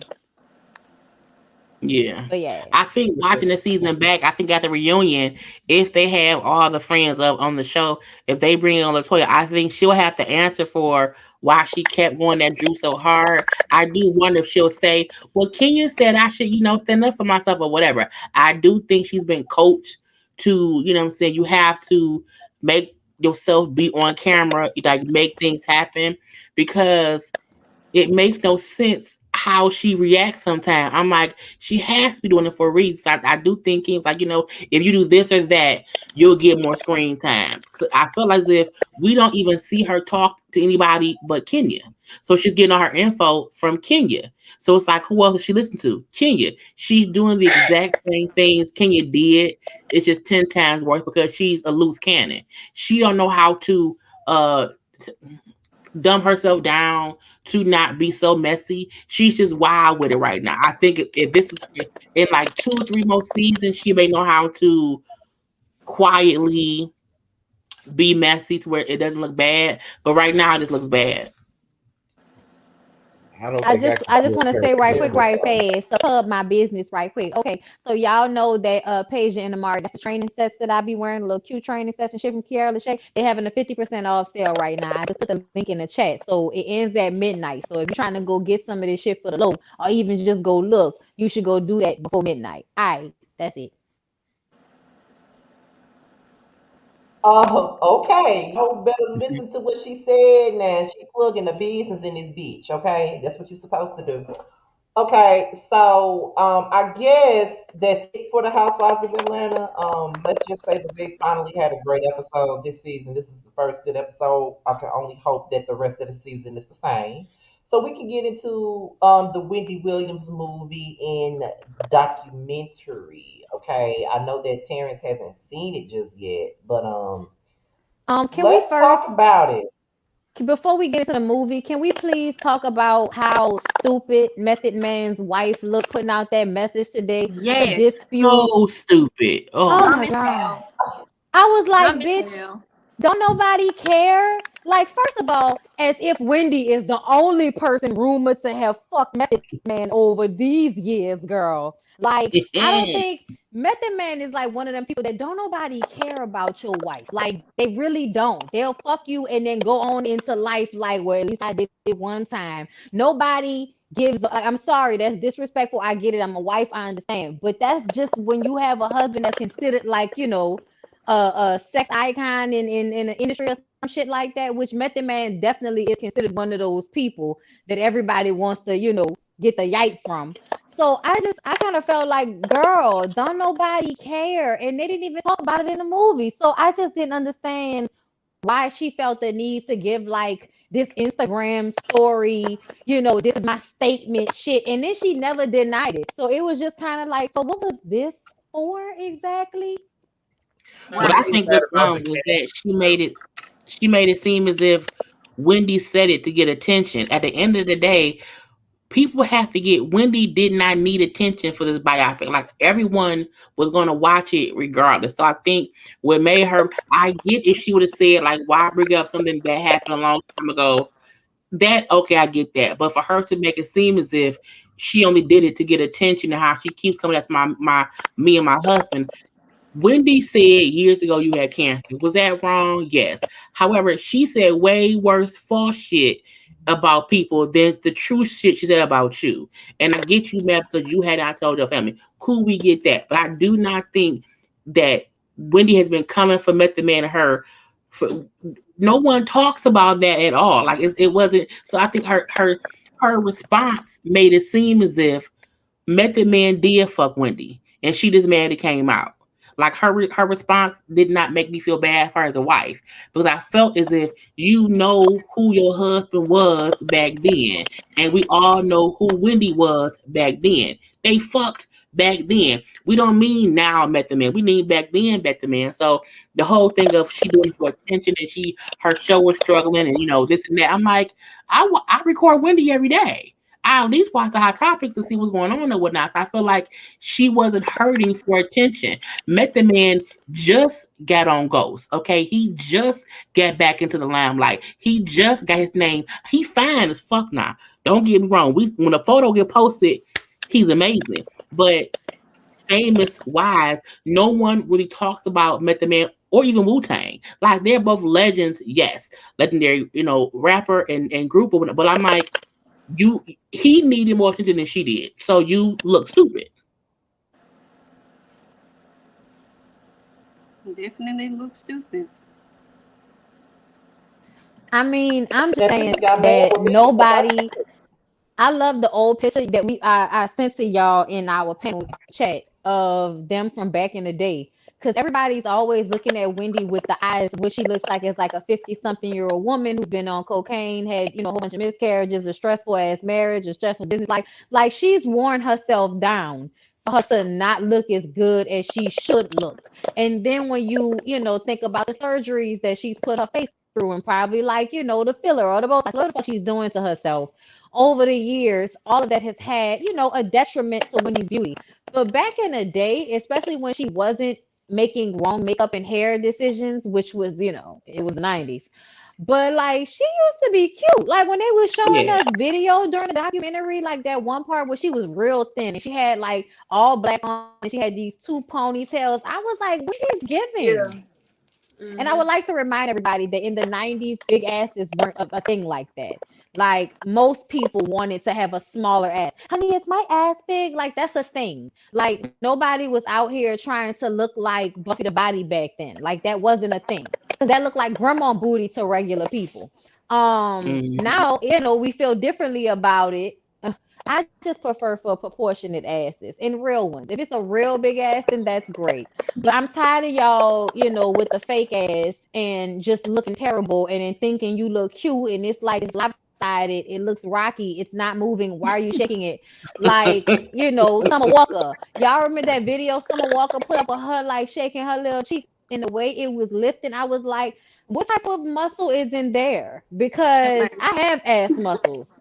And I know what it's supposed to look like when you raise them. And the way that whole ass cheek was moving, I was like, that shit is bionic. Like that's not that's not real. So, it's just times are different. Times are different, you guys. Wendy was the steez back in the day. I definitely think like, rap niggas was trying to fuck for sure.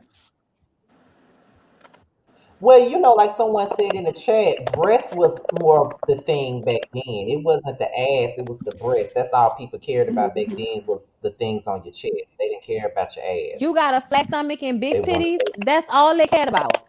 Like Baywatch, hello.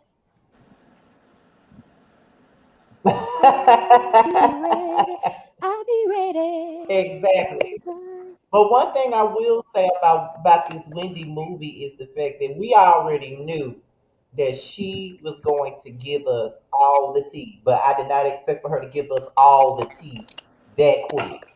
It's like we was in her childhood for 5 minutes and we went into her adulthood. Just like Because that. that's all we needed Like to straight up. know. That's all we needed to know. She was fat, and her parents made her self-conscious about that and didn't handle it the right way. And that basically formed how she felt about herself, which is why she chose all these terrible men. And Eric B also came out and said that when he was lying about the way she told the story, I'm like, word, Eric B, you still got braids. Like, okay, sure. Uh, So I'm gonna leave real quick, y'all, because I'm tired. I'm from being at work and it's 11 o'clock here. Love you all. See you guys next week. I will say about the movie, I liked it. It was entertaining. The acting was good. I like the guy who played Kevin a lot. I want to date him. And it was a good biopic. It could have been more parts and it would have been even better. I wonder if they did not think people would watch multiple days and that's why they gave it just the one day of things or whatever. But it was, to me, it was one of the better Lifetime biopics than we've seen from before. But again, you know what I'm saying? I haven't watched the documentary just yet. I'll probably watch that tomorrow when I'm at work. But again, it was still good. But anyway, peace and blessings, everybody. I'll talk to y'all later. I'm finna go to bed. Right. See y'all. all right. See you Child, I'm later, surprised. JB. I'm surprised that I But made it longer Jaylene, than her because I've been about to pass out this whole time. I'm telling you. Yeah, I'm yawning. I'm yawning at this moment. Well, okay. So is that all y'all have to say about the Wendy movie? Y'all ready to end it? Is everybody tired? I mean, it was good. I think she was lying about whatever happened at the end. Like, I maybe she didn't get back on coke, but I definitely think that there was some truth to Kevin saying she was abusing the pills. Even if that was just her taking them with the amount of drinking that she was doing. You definitely, was doing something more than just drinking wine in order to get put in rehab. That's pretty much it. That's the part I was curious about too. I was like, did she really get sent back to rehab over alcohol? I wasn't 100% sure, but so I mean, I guess we'll never know. But then she also framed it as if he put her in rehab so he could hide the fact that that girl was pregnant. So That makes sense to me.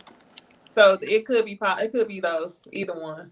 I think it's probably both because the way she was drinking, plus being on any type of medication, like she was drinking to deal with that being, out there. Like people knew what was going on, and when he was sitting on the fucking show acting like ain't nothing happened for a while. So When I she think, said, right.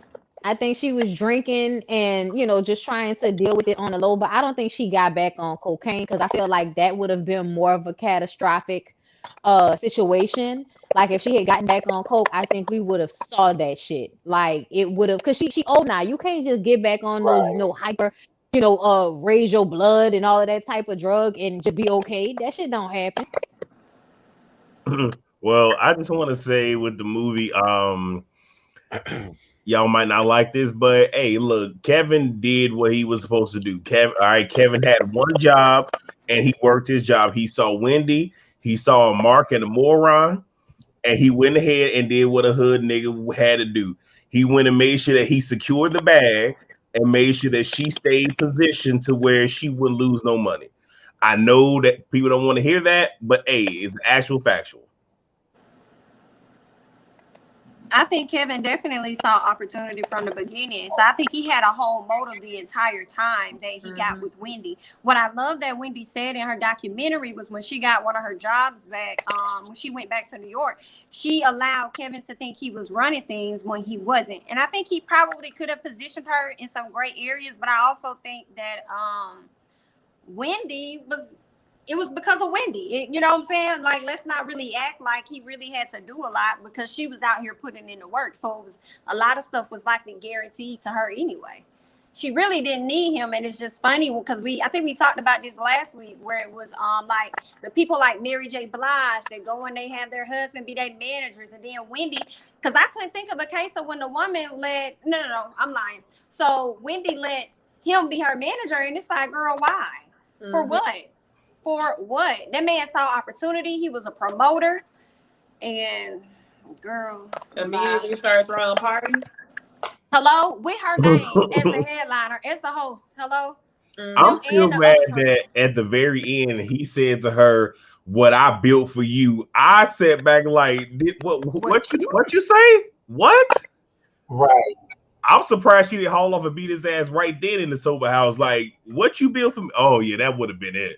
And Wendy should have saw it anyway, because when she first met him, she asked him, "What do you do?" And he was like, "Oh, I'm a promoter. I do other stuff. You know what I'm saying, to make ends meet." Ma'am, he went all around the corner just to give you a quick answer. Like, that made no sense. Like, you didn't see it. You didn't learn anything from Eric B. She was just lonely and she needed to ride or die. I And blame that's her exactly what parents. it was. I blame her parents, because they really had her out here searching for love. And like, I ain't like how her mom, like, girl, I ain't like how she was How she talking to her and giggled. stuff. Like, How she giggled about it, after the fact, like the shit was funny that you had basically destroyed your child's self-esteem before the age of 10. Like, the fuck? That's not funny. right, and they gonna tell her you pissed in the bed because you too big or something, like your weight is on the ladder. Girl, I was like, are you saying this to your child? I'm gonna tell you what it was. Wendy was like tall, you know what I'm saying? So she had a lot of shoulder and shit, and then she wasn't growing titties like that. And when you're getting up in age and you ain't growing no titties, then it kind of gives like a grown man vibe. That's what people like to say about her. So that I think that's why she really wanted to get them boobs done. But I just kind of feel like, people go through stages. That don't mean that you have to make them feel like, you're not pretty. Like her daddy saying that shit to her, you not, you would be so pretty if you lost weight. That shit was fucked up to me. Like, I could never imagine my daddy commenting on my looks in that way. And you know what? That's why she's so successful. And people don't even understand it. It's not so much as like her just being adamant about being on the radio. It really, in my opinion, was to prove to her parents, whatever it is you thought of me, I'm more than that. So I think she embarked on this journey to prove something to them. Yeah, and she definitely did that. She did. I'll show them. She kept saying that the whole movie. I'll show them. I was just like, you showed them, Wendy. You definitely showed them. I'm about to go, y'all, because I'm about to pass out and Lyric gonna rub on me. So I'll talk to y'all later. I'm about to end it. I'm about to end it. You don't have to run off. I'm about to end it myself, child. Huh? But I said I'm just about to end it, so you didn't have to run off. I was just waiting on y'all to finish our point. But Jamie, Terrence, show y'all faces as I get ready to end this live, okay? So everybody can see Bitch, y'all. I gotta show my I just want to say one more thing about the movie real quick. I just want to say that it was a really good movie. They did a really great job. They gave me a whole lot more in the hours that they gave than Salt and Pepper could have ever given me. I thought it was brilliant for them to do the documentary following the movie, because they really filled in a lot of gaps and stuff. So I thought that was great. And shout out to Will Packer, because he definitely was a part of being, I believe, an executive producer on it. So I feel like Will and that team had a lot to do with this actually being a good film for us compared to anything Wendy has ever produced on her own. But that's all I got.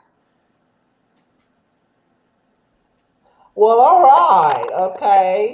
So with that being said, I really enjoyed tonight's show.